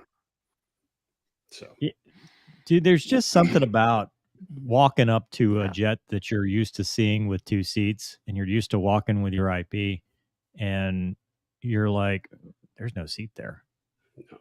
It's not even, hey, the seat's empty or it's secured. There's nothing. It just, I don't know. Oh, I miss Something awesome about man machine. Yeah. Yeah. There's no denying I'm going to this jet by myself. I am in charge right now, at least of my airplane. And then you learn you're not in charge because you got you don't have it. You're totally other airplanes that you're trying to not hit or all this stuff. And very quickly did you peak at that point of your invincibility, and then you realize I could die. This is kind of scary. Like, holy crap! Like, what am I doing? There's nobody to back me up anymore. Like, but then you started looking forward to flying the family model because that meant you were flying somebody else, and it was usually an incentive ride or a fam flyer, and you're like, I like that. I like sharing this awesome jet with somebody else. I can imagine that'd be fun. Like I said, I did in T-45s, and after the wow factor. Yeah, man. After the yeah. wow factor, they were both awesome. Yeah. All right. Next, we got 3 of them. So here we go. Oh, wow. Hey guys, your biggest Dutch fan, BC here. Around 30 years ago, at around age 15, my childhood dream to become a fighter pilot got shot down after I got diagnosed with colorblindness after an Ishihara test. The Netherlands had about 200 Vipers back then, and after the fall of the Berlin Wall and basically the end of the Cold War, the Dutch view of having a big air force changed. Because of this, they could afford to be super picky, I guess, about who could or could not get in. My question is if colorblindness ever was an obstacle to become a fighter pilot in the US as well, and what would be the biggest problem in a jet for people who are green, red, colorblind, if any at all. Thanks again for your insights. I apologize for all my weekly voice messages, but your podcast really is my weekly present. Best regards, BC. First of all, never apologize for Thanks, man. Yeah. voice messages. Thanks, man. We appreciate them. Yeah, dude. I mean, obviously, a lot of people did not pass the colorblind or the color vision test in the Air Force and went to the Navy because different standards at the time. I don't think they're different now, but I was going to say they're different. I didn't realize they were, yeah, because it was always easier on the color vision for the Navy. But I mean, dude, the displays are green in the Hornet. Yeah, that's what I was thinking immediately. I'm like, green, red, colorblind. Like, dude, that's the whole good jet. as that F-35 pilot with no instruments. I mean, you're done. Right? Why do I see nothing? Yeah. Totally. Turn it on. Yeah, but I don't know, Gonky. What do you think? No, color it's important, man. Because when especially the modern stuff, right? They color code things for targeting and what different colors mean different things. And like coming aboard the ship, the ball has different colors that are kind of important. Night vision. Even just operating around.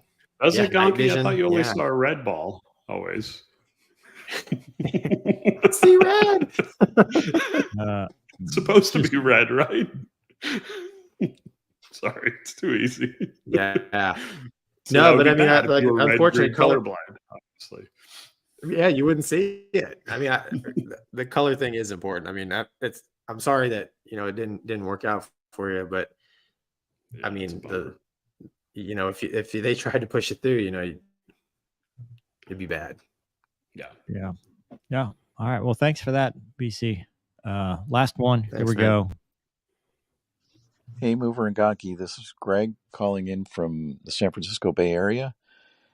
Anyway, want to know the funniest thing or the scariest thing that's happened to you, either as an officer or as a pilot. And also want to point out that the U.S. Merchant Marine Academy is a 4-year institution. They graduate officers into all the service branches. And I'm a graduate, and 2 of my roommates are pilots with airlines. They both went in the Navy, but cool. I know they also send folks into the Air Force and to the Air National Guard. Anyway, take care. Have a great day. Bye-bye. Yeah, merchant marines are legit, man, because you can get your license. So if you want to talk about like a fallback plan, Can you be like a great riverboat job. captain? Yes, Dude, those correct. guys make bank. Lots of money. I know. I Oh dated my a girl God. whose dad was one. Sweet, But you have to be related. Jesus. Yeah, but you have to be like Yes, in the family. correct. It's not just anybody can go do it. Sweet mother of God. The amount of money that man had was Yeah. ridiculous. Oh, I know. And I totally know punted that relationship away like a smart idiot. I know a guy that's got a Bell 407 that does that. Yeah, I believe it. $2 million helicopter. Dude, Gonky, Wow. it's like it is money. Even current world I'm living in today, it's money that I have never seen before or again in my life. Yeah. It's stupid.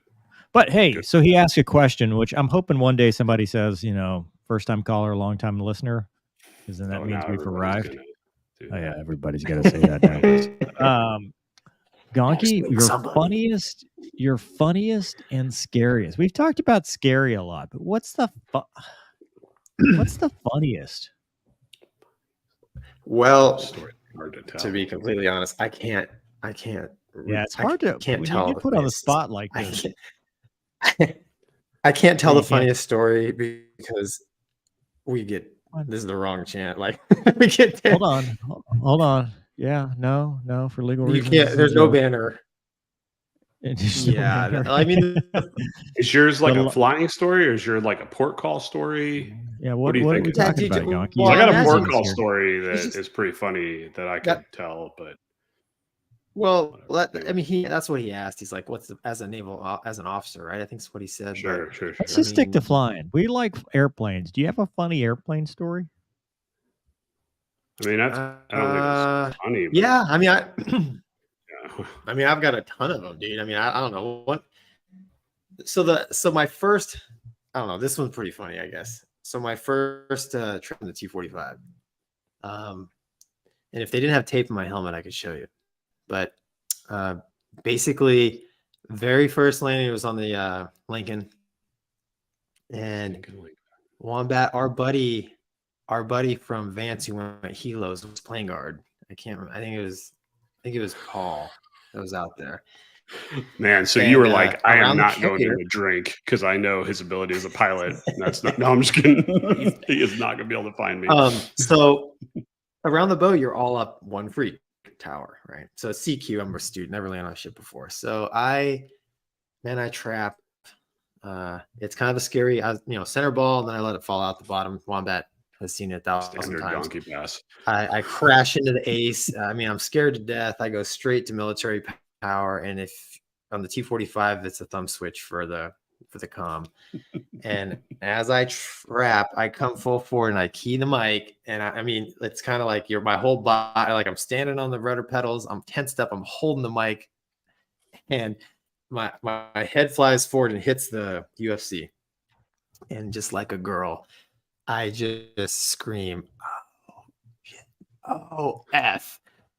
And I come up and I do about 4 super heavy breaths. And then I kind of I see my director and I'm like, okay, back in the game. Well, I taxi up to the 6-pack there, and all my buddies are they're dying. But I'm thinking it's like, yeah.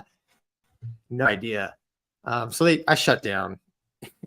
And I walk downstairs, and the LSOs are just dying. They come up to me and they're just like, "Oh shit!" Oh. And I'm like, hand to my face, and like literally like the whole day. It didn't last long because the weather rolled in. So like literally there was like 6 traps. Mine was, one of them. So, and then we rowed the boat back to port. So the whole time it was like ever. And then I get to within cell phone reception, and I get my buddy who was playing guard was like, "Dude, was that you screaming like a girl?" I was like, "I'm done." So I don't know. I've had a lot of funny stories, but my first trap on the ship on a T-45 was pretty I definitely wasn't tough guy. Yeah, that's it. Funny. You're not the first nor last person to hot mic themselves. Trust me, I heard plenty on the LSO platform. And it's my favorite was a Marine. It was hilarious. It tops your story as far as dumb things you could say over hot mic, but yeah, it's funny. Wombat, what was your funny story? My Marine story, or do you want my pork call story? Your pork. Are you going to get us canceled? Remember, we got kids. We got kids listening. Yeah, remember there's children watching it this hour. Well, it goes to call signs, and I think call signs are an important part of the military. And this guy earned his call sign this night because he was a little bit of an oddball on my E2 squadron, and I felt bad for him. Like he just didn't fit in. He wasn't your stereotypical naval aviator, if you catch my drift. And when we first met, it was in Point Magoo, and I had on a Harley Davidson shirt, because I had remember the fat boy that I got after in Kingsville, right? So so he was like, "Oh, you got a Harley?" I'm like, I got a Harley. I'm like, "Oh, sweet, man. That's awesome. We should go ride." I was just a new guy in the squadron, right? I was like, "What do you got?" He's like, "Sportster." I was like, "Okay, well, we could still go ride, that'd be cool." And I go, "Yeah, it's really nice around here, PCH." And he's like, "Oh, well, it's not with me. My mom's holding on to it." And I was like, and I kind of thought that was odd, I was like, well, they just moved, maybe. Well, fast forward, we're on deployment. I still kind of feel bad for the guy. He's single. So we're out. I think we were in Hong Kong, and we were trying to just, there's expats there. There's all sorts of people when you go out, right? You remember? So like, we're trying to, hook him up a little bit and help him out, and at the time, all of us were married. So like, what else are you going to do? Right. So we're just egging this guy on, and there was this girl who was really into him. And I was like, "Dude, whatever you do not dance. Whatever you do, like, just, if she wants to dance, don't dance. Like, just stay cool, be cool." I'm like, "Just be cool, dude. Like, she just seems like a really nice girl." Well, anyway, he goes and starts dancing and did pretty good, but then he started air guitaring to a Bon Jovi song, and then she left very quickly after that. And so we go back to the admin. Like, he had gotten back before me. The admin is the giant room that all the officers stay in together, if people don't know. And I'm just going to go to sleep. And I walk into one of the bedrooms, and I don't realize he's in there, and he's on the phone. And like, I don't want to interrupt. So like, I'm trying to back out of the room, but before I back out of the room, it's super dark. I can hear him talking like, "Yeah, I just miss hanging out with you. And just, our times like on the beach and just being together." And I'm like, holy crap, this guy's got a girlfriend. I don't even know. I'm trying to hook him up. Like, now I feel bad. So I'm really trying to back out of this room. Right. And he's like, "I miss our talks." And I bump into the dresser as I'm backing out. So he hears me, and he sits up in bed, and he sees who I am, and he's like, "Wombat." He's like, "Hey man, how you doing?" And he realizes he's on the phone. He's like, "Do you want to talk to my mom?" And I was just like, oh. So like, that story, this is my integrity, because I don't want anything else. That story dies with me because I'm the only person in that room. It's dead. I will never bring it up again. But you remember the tradition in the Navy, right? You get back off port call. Everybody talks about their stories. Call signs get made, right? Some squadrons had awards for the dumbest thing you did. I'm just sitting there in the ready room, just hanging out while guys are doing this. And one of our mutual friends is like, "Anybody else have any people to nominate for this award?" We had like this little Buddha Jake that you would give to the dumbest thing that happened in port. And this dude looks at me and he goes, "I got a story about Wombat." And I'm like, "Okay." And he talked about how I was like half dancing on like the street corner waiting for the cab to come pick us up. And everybody erupts because I would never do anything out of part, right? And I'll never forget it. Like he sits down, they're like, Wombat's getting it, because they always wanted to give me this boot of Jake. And I looked at him and I was like, I have a story. And you could see like his drunk brain registered, like, and caught up to where he was. And he's like, oh no. And he's like, I want to take my story back. I'm like, it's too late, bro. And I went up there and told the long version of what I've just told the world. And that dude's call sign stuck from that point on, period. And he was notoriously going to be holding on to that boot of Jake. So that's the fun part of what happens. Oh, dude, I miss port calls, man. I got stories like that too. Yeah, that was a tame one, but that was the light version. But dude, it's the things that you do when you're stuck on a ship for long periods of time, and then they release you. It's like getting out of prison. Yeah. Sorry, Uber. Yeah, sure. I don't really. I've been trying to think of funny stories. I mean, we told the story when I got lost at Balad, and they had to send the truck to come get me. That Did you was have your pretty. PT belt on? No, I You're was not in an selling it. I was. Have you not heard the story, Wombat? I may have. Yeah, I was going to say right now the Navy's winning on the old recruiting, my friend. You need to come up with some money. Well, funny stories. I'm like trying to think of everything's either traumatic or there's nothing. It's not Stop funny. talking, Ruben. You're Like, not selling it. Well, like, I don't know if I'm the Air Force Reserve. Cross that off. I feel like I should phone. But a the beer friend, was cold like, and the golf courses were nice, right? Hey, we're back. I need to call T-Bear for. Bathtub was great. Yeah. The bathtub was great. I was trying to think, Gonky, on our Easy Finney stuff. flight, didn't we have a funny thing at Tyndall? Something happened, didn't you? We were out to the point and how with the rejoin. Yeah, I was trying to think of what happened there.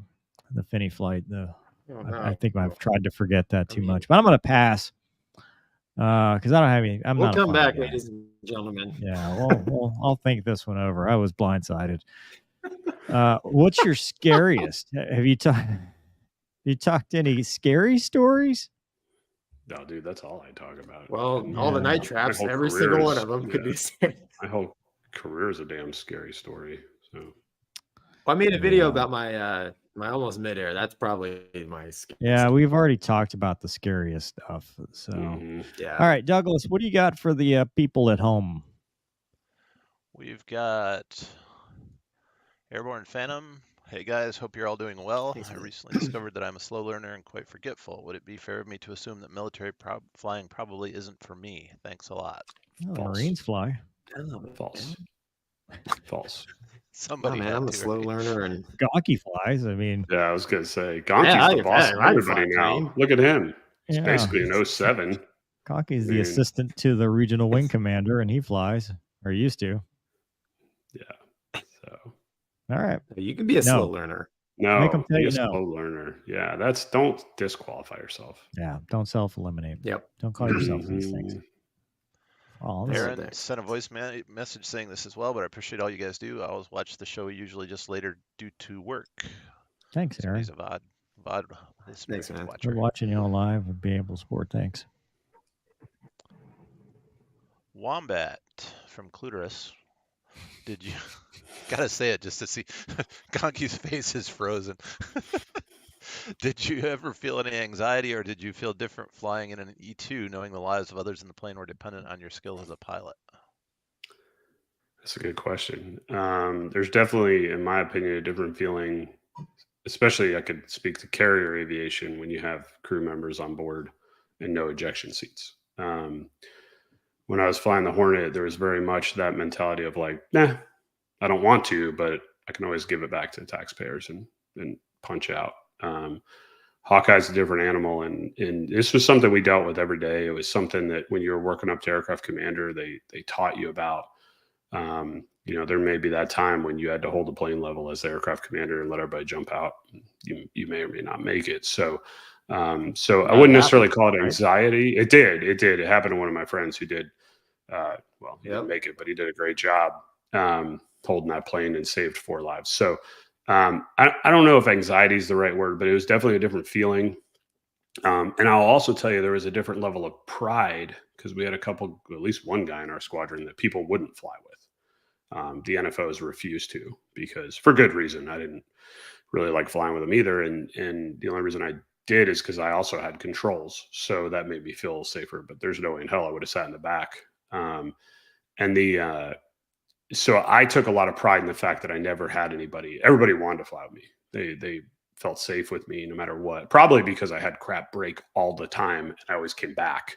So I had a track record of dealing with the wonderfulness of the Hawkeye and being able to be lucky enough to get back. But there definitely is, it's different pride, but it needs to be there because that's your whole mission is bringing those guys back. So Wombat is the Hawkeye. Remember, I think the Growler was like a national asset, right? It was the Hawkeye was the E2. Is it? Yeah. Okay. Yeah. Because of the cost of it, and then the amount of people, Right. and the cost of the training and all that. Yeah, it's national asset. Gonky, you're a national asset. That's a fact. Well, I mean, Not from like a value standpoint, just because you're nice. Like a golden retriever. Next. Thanks, Brian. Yeah, thanks, Brian. Doug, you're muted. It's easier if you're. I was talking really well too. I said so many good words. Damn it! All the words were excellent. This night is a disaster.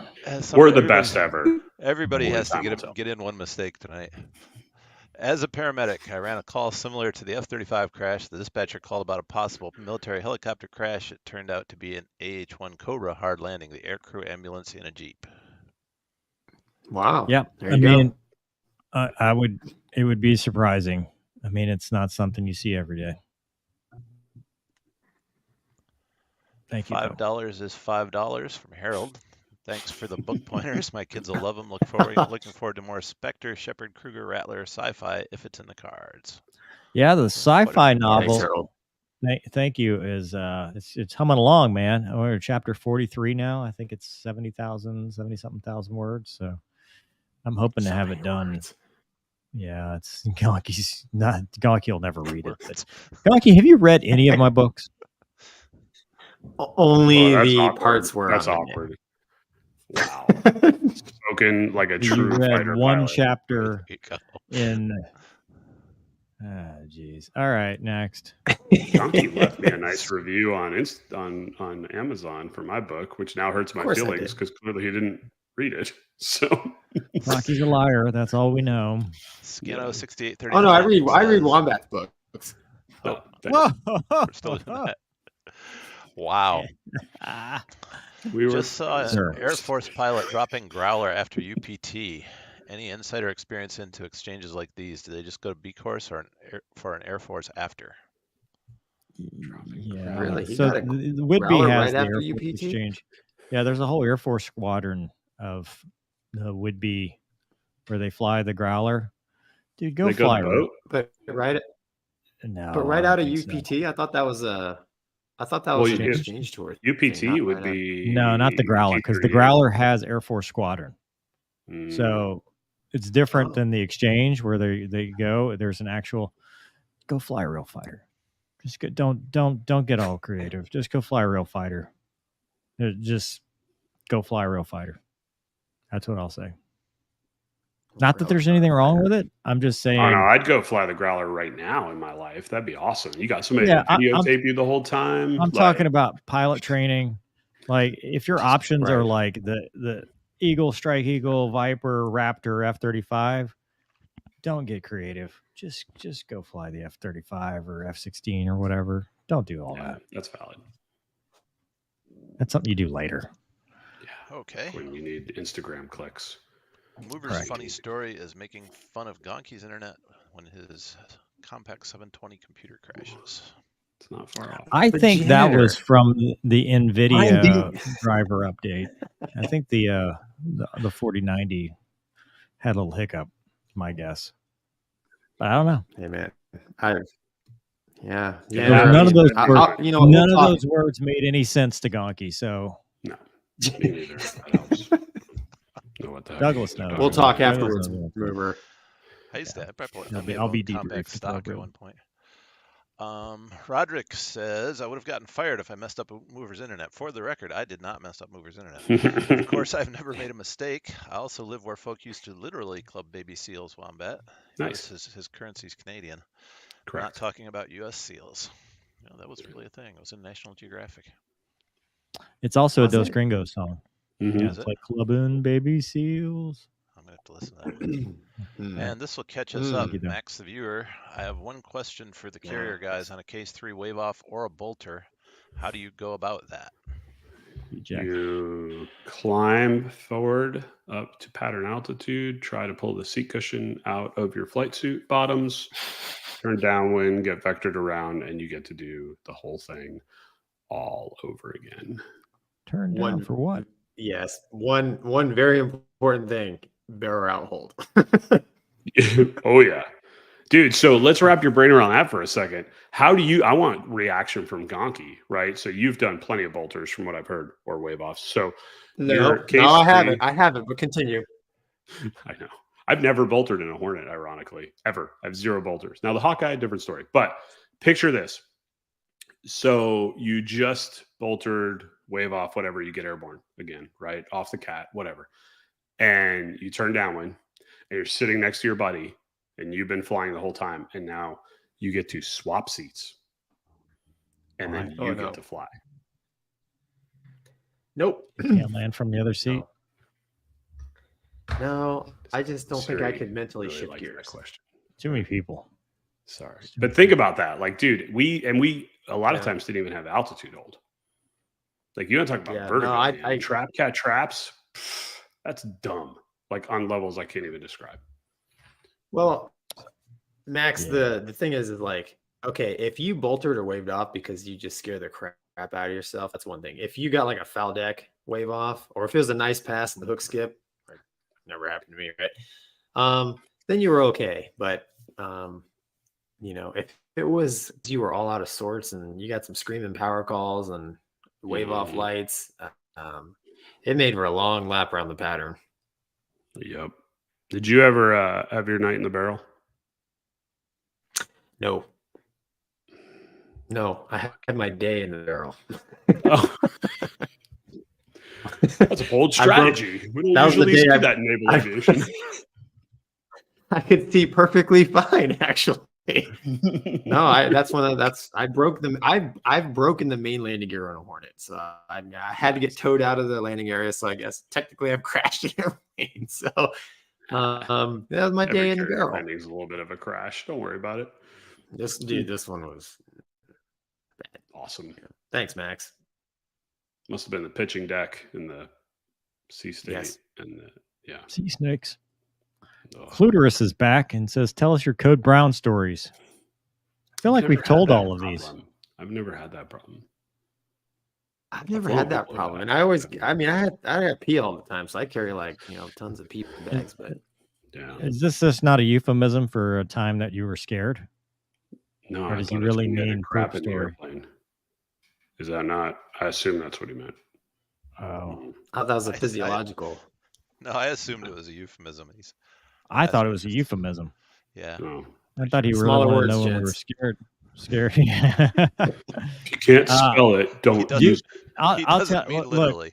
one of my last flights in the Hornet, I came close. This is literally. Yeah, literally. So I know remember the the hot story. wings at the Gedunk, dude, at the Strike Yeah. Patron 204. Boy, Yeah. we were doing live at the airplane, and for whatever reason I was in a hurry or whatever, so you don't get your pre-departure routine down, and we got to the Kayla, which is the live ordnance. I was like, boy, stomach kind of okay. And we get in, and it was with Borat, and Borat taxis out, and then I'm like, okay, it'll be fine. I can get through this. It's no problem. Just go to the range, drop our bombs, come back. By the time done and done. And I had some kind of problem, and I'm like, okay, well, no, I'm going to get out, go back. And they fixed it. So Borat had already taxied to hold short. And as they fix it, he has a problem and now has to come back. And he's like, why don't you wait for me? And I'm like, I don't think I can wait for you. And so we swap and I go sit and wait for him. And I'm sitting here going, oh, I need a taxi back. I can't. Nope, I cannot. I need a taxi back. Borat is, and finally he grounded board. So he's like, go without me. So I'm taking off. And as soon as the pressure change, the jet pressurizes and the pressure change hits me, I'm like, nope. If I do not land right now, it's going to be bad. So we took off. It was runway, what was that, 4? So I took off. We're turning left over the city. And I told approach, I'm like, hey, I need to go directed downwind. And they're like, okay, do you need assistance? I said, nope, cancel. I'm going back to tower. Dude, I went directed downwind and landed. And they're like, what happened, sir? I said, you need to take me back right now. And dude, I was there for this. Yeah, because Stoner and all those dudes made so many pictures about, coming in hot and, all the Top Gun flyover stuff. They made fun of me so much. But you know what, dude? I made it. And I made it just in time. Bombs on target on time. That's all that matters. Look, we brought back the live bombs. Jet was okay. Jet was still clean. I was still clean. That's all that matters. Love it, dude. That's awesome. At the end of the day, we're just human beings. Yeah, no, you know what? When it happens, it happens. Things just happen. And I never ate Gedunk hot wings again. But I only had a week left, so that was kind of my third to last sortie in the F-16 or F-18. Sorry, the Hornet. Yeah, the mighty Hornet. Here you go. Cheddar says, pick one. Nice. Playing golf every weekend with the worst 06 for 1 year, or have your call sign changed to Pampers forever. Pampers. So, Pampers. Dude, would you like to play golf with Gregory? No. But hold on a second. Or Curtis? No. When we sign off of this later, remind me of this comment. Okay. Did you play a lot of golf? No. I don't even know how to play golf, dude. I can play putt. Gonky, do you know how to play golf? You get hammered and you miss the ball a lot. That's the problem. I know the gist of it. I'm terrible, though. Yeah. I mean, I know the gist. You hit the ball into the hole. I mean, yeah, we all know the gist, Gonky. That's really complex sport. The gist is not the problem. Anyway, Mover was going in for guns. Actually, I think that would have been not the gun. That's not guns. I hope not anyway. Yuck. That's Rocket Ripple. Oh, hey, Big Chris. Thank you. I'm 26 PPL. Is it too late to become a... Of course not. No. The Navy's 32 now. Air Force is 33. Yeah. So don't self-eliminate, man. Hell yeah. Cluter says, get with the Dose Green Ghost to write a song about your Code Brown mover. Are they still making songs? I don't know. I thought they had a Code Brown song, didn't they? I don't know. It's been so long since I've listened to them. It's been like 20 years, man. There are those that have and those that will. I mean, it's just life. All right, Douglas, you ready to move on to the mental health minute? I can do that. So today, hold on, let me do the intro here. Today's mental health minute is imposter syndrome. And before I go into that, I would like to emphasize the fact that do not make a temporary problem permanent. Don't take permanent solutions to temporary problems. If you or someone you know needs help, 988 is a good resource. Talk to somebody. The VA has veteran support. Military One Source, if you're still in. And there's also just clergy, your bros, even law enforcement and local communities have outreach programs. Don't suffer alone. Get the help you need. Always talk to somebody, because we don't want you to make a permanent decision there when you don't need to, because no matter what you're going through, you can get through it. But today is a little bit different. We're going to talk about imposter syndrome. And the reason Douglas is bringing it up is because it's actually something I've dealt with, which apparently it affects women mostly. So be that as it may. Sorry. Douglas, we'll talk about, but I'm not a woman. But apparently it's... Anyway, I thought that was funny. Douglas, take it away. Let me stop talking. Okay. I actually have a slide for this. College professors can't talk without a slide. there's a change in progress, changing it from imposter syndrome to phenomenon, because it isn't actually a diagnosable disorder. So if anybody wants to, be the kind of person who corrects everybody else's language, there you go. It's a pattern of, well, let me get into the backstory a little bit. Mover, I had made you aware of this at some point as a possibility for something that you were dealing with. And I was aware of it because I was promoted early to a position where I didn't feel like I belonged, and had asked one of my mentors about it. We're all psychologists, so he said, "Hey, look this up," and this is what I got. It's a pattern of behavioral phenomena, including self-doubt of intellect, skills, or accomplishments, typically among high-achieving individuals. And there's a set of characteristics and behaviors that these folks will show, including over-preparation, usually followed by procrastination. So they get ready really, really carefully and then leave just enough to the last minute so that it still doesn't seem to work well in their minds. Perfectionism, setting impossible goals and then internalizing the failure to reach them. So they set an impossible goal, they fail to achieve it, and they blame themselves. Fear of failure. Failure would lead to exposure as a fraud. And one of the kind of through lines for all of this is that these things are both objectively unlikely for these people. These are people who are not prone to failure and who are not frauds, but this is, a look at their internal self-talk. Denial of competence, so they'll internalize their failures and externalize successes. If you have a win, it's because you got lucky, and if something goes wrong, it's because you're bad.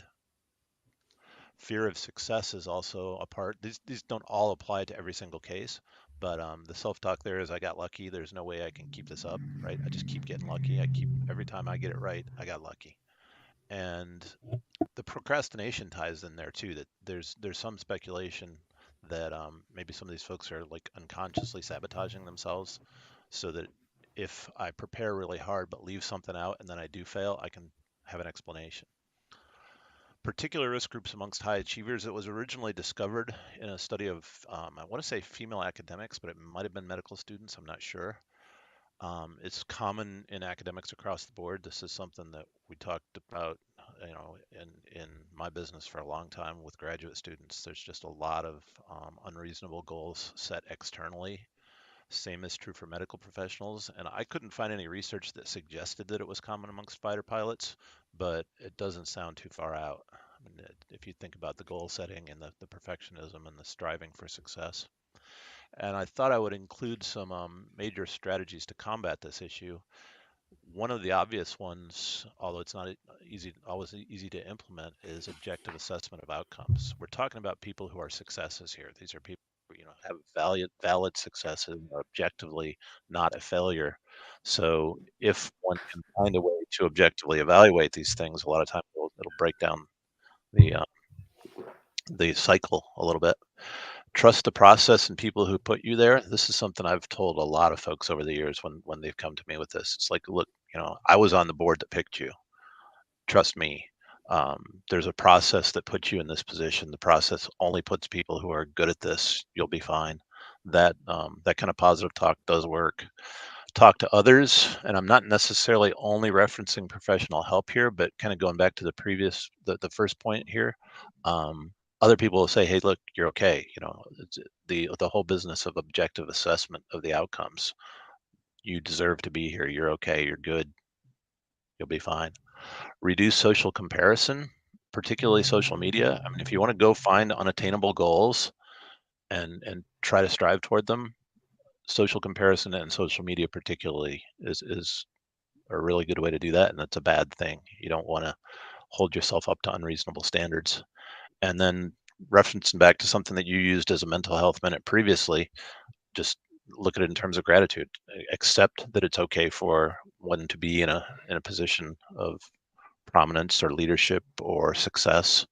And we all know, I'm sure, that some people get there undeservedly, but a lot of people worked hard, and it's probably you that worked hard, and that's why you're there. Thoughts? Yeah. So part of the reason I had Doug, or asked Doug, to talk about this, which hopefully we fixed the mic. Somebody was talking about the mic volume, so I got that fixed. But one of the reasons I asked you to talk about this, Doug, is because I'm not only probably somebody that's been through this my entire career, but still am. Like it never stopped. It's not something that I'll say that I've done real well with in every aspect of my life. Everything I've ever accomplished, I've always put an asterisk by it, or yeah, but I did this, but perfect example. I graduated #1 in pilot training, right? And I'm like, yeah, but I had flight experience before that. I become a fighter pilot. Yeah, but I'm a reservist. It's not the same as active duty. You'll find these different ways. I've done this with you, Gonky. I've talked about this, and you've talked me off the ledge a few times where I'm like, hey, dude, why am I talking about fighter pilot things? Because I'm not a real fighter pilot. And like, you're like, what are you talking about? I'm like, well, I'm not flying anymore. I don't have any credibility. And it's that, well, I only flew the Viper as a 4-ship flight lead. And then I, flew the Hornet as, well, it was an AdTac, it was an IP there. Like when you have this, when you start doing this, you start to try to, I guess, minimize it because you're like, well, I don't want to come off that way, but I also don't believe it myself. Wombat, you and I have talked about this, about self-publishing versus real publishing, right? Because we'll go, right, I've written, 11 books. And I'll be like, yeah, but they're all which you should all go buy. But yes. Well, but then I'll say, yeah, but they're all self-published, and yep. I didn't pass the gatekeepers of the publishing world, which if you look at that realistically now, I've sold, we did the math the other day, which for legal reasons, this is a joke, but I mean, between the 11 books, there's been over 125,000 copies out. People who traditionally publish will sometimes never see those numbers, but me going, well, it's self-published, so I don't get the respect or the admiration like that. And then when something fails, like Gonky and I were talking about, where it's like, if it's the channel, Fights On was a big one, because Fights On, when that didn't work out, I blame myself. I said, well, this is on me. And you do that, and Doug, I don't know that there is an easy, because it's hard to make yourself believe that you are, that stuff's not true, because you get so used to it. You get to go, because if you believe it, you either feel like you're, an egomaniac, or you feel like, well, if I believe that, then good things won't happen. Good things won't happen to me, because if I start acknowledging those good things, then bad things will start happening. But as long as I minimize it, as long as I keep it down, then I never have to acknowledge it, because it never really, hey, this good thing happened. Yeah, but, okay, managing expectations so you're not disappointed. Yeah, behavioral therapy, and I'm trying to. One of the articles I read earlier referenced metacognition, which is thinking about how you think, which is something a lot of people don't spend a lot of time doing. And you just articulated that. You're recognizing this as a tendency in your self-talk and your thought, and that's a big step. But for me, it's the same thing. I mean, I've had a number of accomplishments where, just like you said, I qualify them. Well, I was a dean, but it was a small town 2-year college, that kind of thing. And therapists will tell you, just step up, take credit. It's okay. Yeah. If MJ heard this right now, she'd be saying, own it, straight up own it, because you're the one that's putting that on yourself, not anyone else, but I don't know, especially in this position, the channel's got 400,000 subscribers, and you kind of get in the public eye. So you get used to people, you try to anticipate the negativity. So you're kind of like, well, if I don't, then, I'm less at risk of somebody tearing me down. If I tear myself down, it keeps them from doing it first. And I think a lot of that's a defense mechanism. Yeah, there's that piece of it, and it ties in with self-esteem levels. There's some fundamental insecurities in some of us that just keep us from owning it, I guess. I'm interested in what the other two think, and my observation, whether that kind of sounds like a recipe for at least some fighter pilots. Gonky? Gonky's never had a self-esteem problem, so he has nothing to say on this topic. Next, suck it up. If you're great, what's wrong with you, dude? Yeah, right. You don't have to be humble if you're perfect. Yeah, he has that on his shirt. Actually, what's fun? I've never actually heard of imposter syndrome until now. And reading through it, I'm like, oh man. I mean, I've definitely struggled with a lot of that stuff. And I can see how it can really, handcuff you as far as just functioning, right? Trying to do new things and whatnot. I mean, even this show, right? Mover, like when we were first talking about trying to do a podcast, it's like, we were shooting ourselves down. We were telling ourselves no, right? So, Yeah. I don't want to sound super preachy, but I'm a terrible sinner, but like I really do believe like God's got a plan for me and everybody. And if I have faith, it's going to be okay. That's how I deal with a lot of things that were, as far as the imposter syndrome, of basically the self-attacks. That's how I deal with it, because that's kind of how I go through life. And because I acknowledge that I really am a normal dude, who has just been, really blessed with amazing opportunities throughout my life. And I can't explain it. So I just have to give credit to a higher power, but I don't get, I'm not a pastor or preacher or nothing, but that's how I look at it. But I mean, I have definitely struggled with imposter syndrome. I've just never heard the term imposter syndrome before. Yeah. Wombat. I freaking hate imposter syndrome. It's crippling. Yeah. It ranks tied for number one in my mind, which I can't even think of the word, when you feel like you're the one that should have died. You know what I'm talking about? Survivor guilt. That's Survivor survivor's guilt. Yeah. So imposter syndrome and survivor guilt are the two things that I can't freaking stand. And I never had imposter syndrome as a Hawkeye pilot, ever. We had a lot of guys that, I mean, dude, if you meet a Hawkeye guy that tells you he didn't want to fight jets, he's lying to you. Let's be honest. Like we all did. Like, I mean, nobody was like, it'd be really cool is hopping in a plane with 4 of your buddies, doesn't have an ejection seat, and your mission is to eat peanut butter and jelly sandwiches and wait for something to break and then come back aboard the ship. Like, nobody looked at that in flight school as their goal. Like, I don't care who you are. Like, that's just not the reality of it. So I never had it there, because I was proud of what I did. I was proud of what I achieved.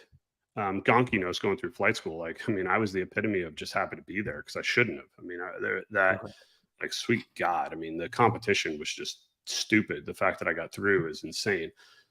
But then when I switched to Hornets, it hit me. And I didn't realize it hit me until looking back on it later in life. But like, because I felt like I didn't belong. And some of that had to do with some of the people in my squadron who told me I didn't belong specifically. So that may have kind of led to this a little bit.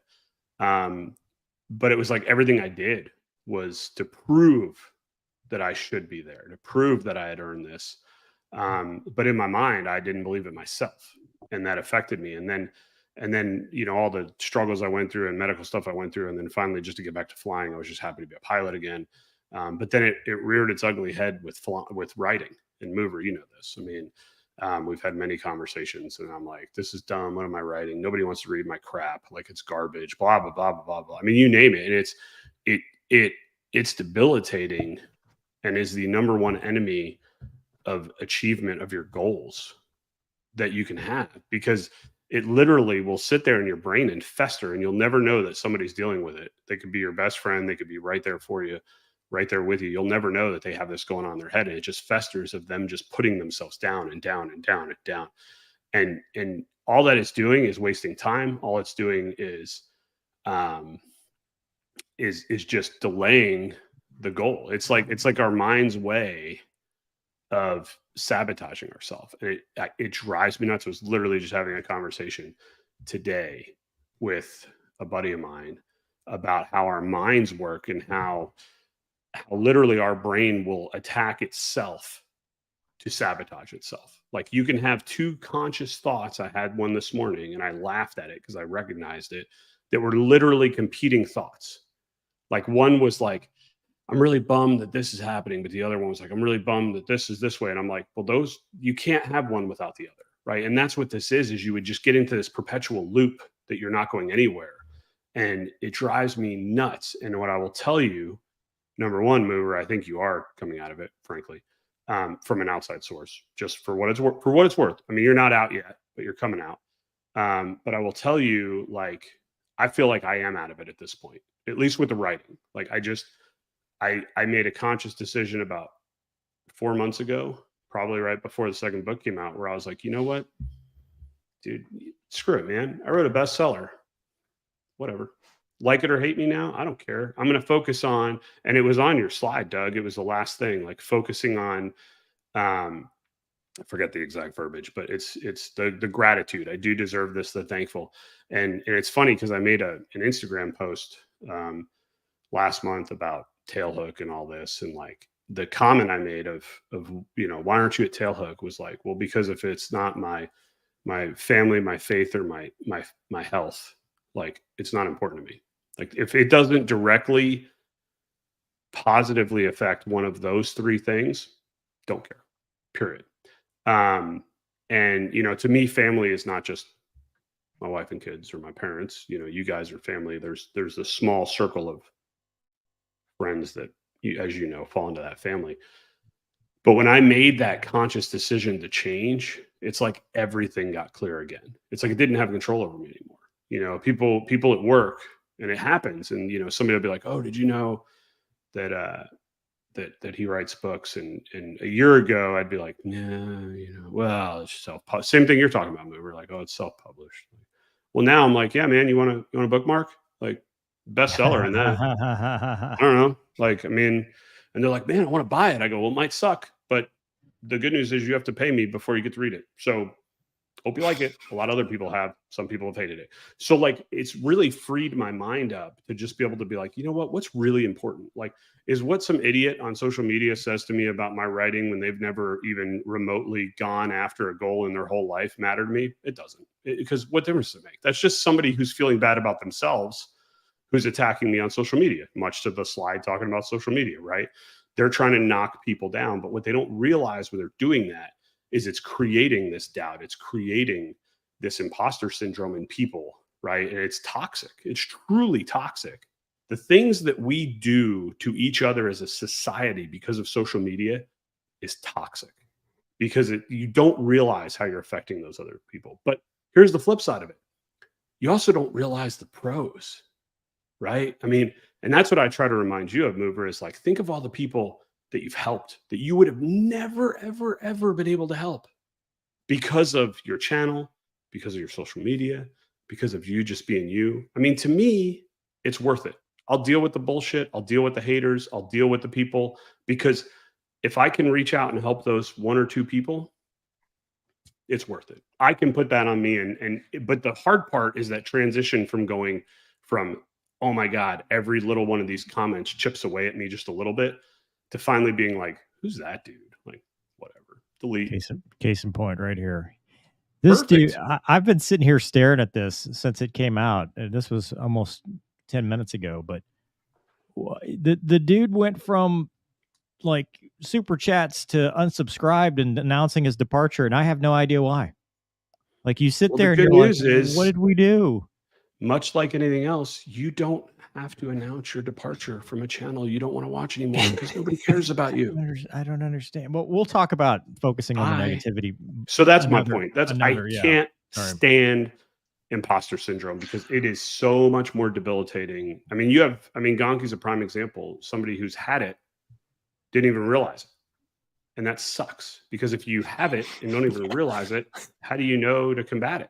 Well, so I think it's something that, if, like you said, if unrecognized, it can be debilitating, but 100%. also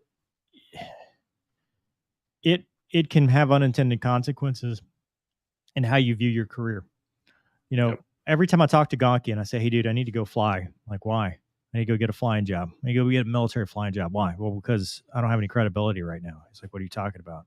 I don't have any credibility. You know, I haven't flown. I'm not flying anything right now, because you will then, if you do not work on your own self-esteem and your own, if you don't get rid of imposter syndrome, then the trolls or the people that are negative will affect you twice as much, because you'll believe it every time somebody says, hey dude, you're just a washed up fighter pilot, you don't know anything, you'll believe that. Every Yep. time somebody says you're just a self-published author, your books are terrible, you'll believe that. Like you will internalize the negative and never accept the positive, and it becomes a vicious cycle of, okay, I need validation. It's negative. Okay, I believe that. I'll never be good enough. I'll never have that level of self-esteem. Meanwhile, your friends are going, dude, you realize the stuff you've done? Yeah. And it's like, no, I don't think it's worthy. And because of the imposter syndrome, you don't feel like you belong to the group of friends, right? There's no way Right. these people would accept me. They don't really they don't know know me. they don't know who Yeah. I. Yeah, exactly. They don't. If they really knew who I was, they wouldn't be saying all this good stuff about me, and you can write it off. You're worried that you will be discovered. That's the whole thing of imposter syndrome, is you're worried that one day somebody's going to pull back the curtain and go, aha, you were faking it the whole time. And going back to my very first Faked point, it damn good though, didn't I? well, but circling back to the very first thing I said about talking to somebody 988 and stuff, because if left unchecked, Yeah. that's the road you might walk down. That first conversation is really difficult. Yeah, because people kill themselves because they believe they are not worthy. They believe they're not good enough, and they believe that somebody's going to out them. And if they get outed, their life is over. But the idea is to get beyond that, which this channel does not offer psychology. I have put all these waivers and Yeah, stuff we need another banner. and another banner. But what I'm just saying is you need to go talk to somebody. You need to figure it out, because it can go down a very dark path. So awesome. Doug, any reattacks before we move on? It's like super late. I can see Gonky fading. That was it. Okay. I'm wide awake, Cool. dude. Yeah, okay. Wide awake. He's just All right. looking old. That's all. It's his internet's frozen, so he looks like he's tired. we got a couple from the kids at home. Jordan says, hey mover, just heard that New Orleans is about to have some seawater issues with the Gulf trying to become part of the river. Watch yourself down there, man, as though water is about to become undrinkable. We don't I'm on a different, I'm not actually in New Orleans, so I'm not on that train, so it just means New Orleans is going to be even crazier. Thanks, Good luck. Jordan. Yeah, but thank you. Seth says, when it comes to recruitment, do you think there is a culture issue? The character limit constraint would make it difficult to articulate the notion I'm thinking of, so I'll leave it there. I think that, so if you're talking about like Gonky, you look like you know something. You're nodding. I think probably. I think there is. No, that's actually a light bulb behind him. That's not coming from his head. The star field behind him from the moon. Idea. It's an idea. I mean, no. I think it's part of it. I think it's part of it. Yeah, I think there is a culture. There's a generational issue in that, instant gratification, instant, everybody wants everything right now or yesterday. But I do think in general, because I get a lot of emails. I don't think overall that's a problem, because I get a lot of emails of people who are just like, how do I do it? There's a lack, despite the vast amount of information on the internet, there's still a lack of information, because there's so much chaff. There's so much BS. There's so much, Reddit. There's so much crap out there that they will believe or buy in. Yeah. I mean, oh God, don't get us canceled, Gonky. Come on, man. You Chuck Yeagered us last time. There you go. There it is. Well, no, it's only if you say it. If I say it, it's fine. But Gotcha. There's so much bad information that's almost worse than no information, because with no information, you just do it. You're just like, I don't know why I wouldn't do it. Why not? Okay, I'm going to try it and make them tell you no is much easier when you don't know anything.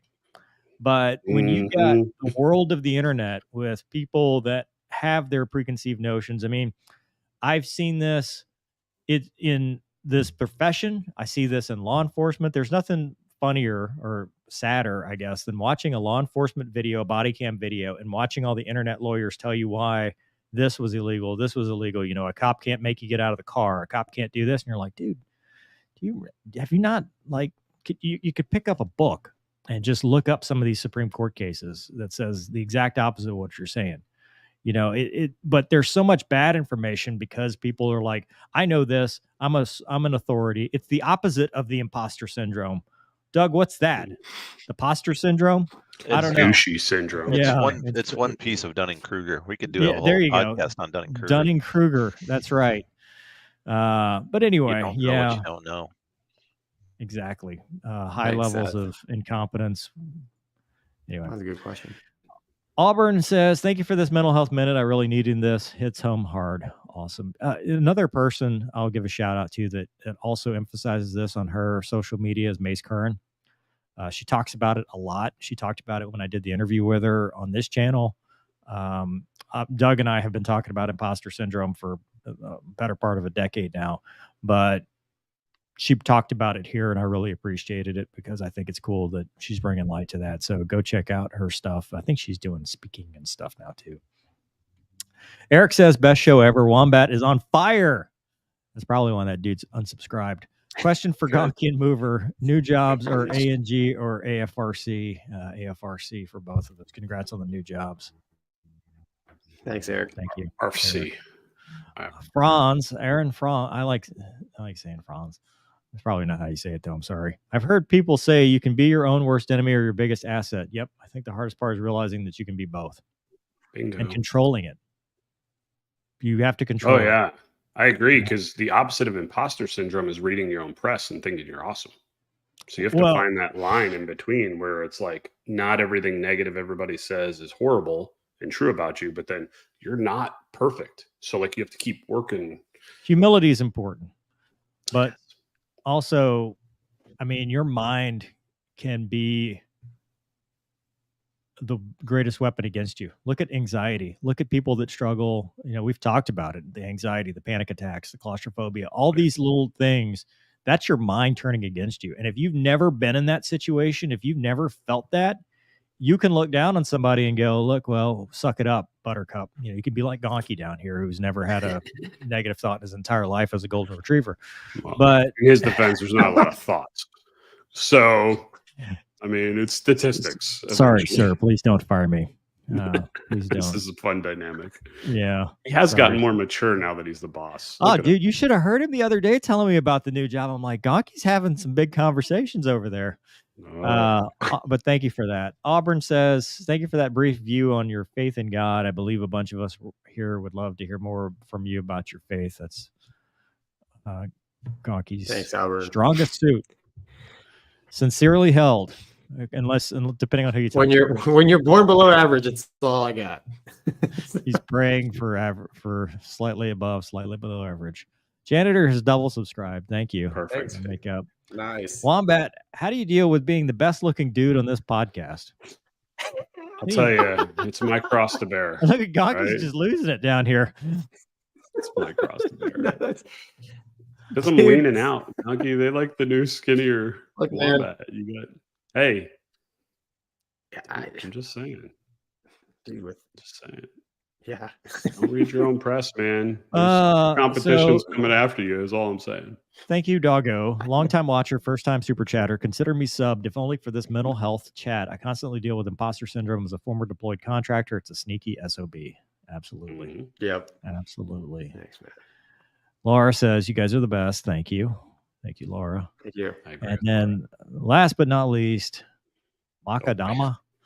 I'm sharing this with my high school students. Hoo-ah. There you go, Gonky. You got to clean up your act if we're going to be shared with high school students. Yeah, let's take out some of the stories I tell. You got to clean up your computer there, Weaver, if you're going to be. Oh, bazinga.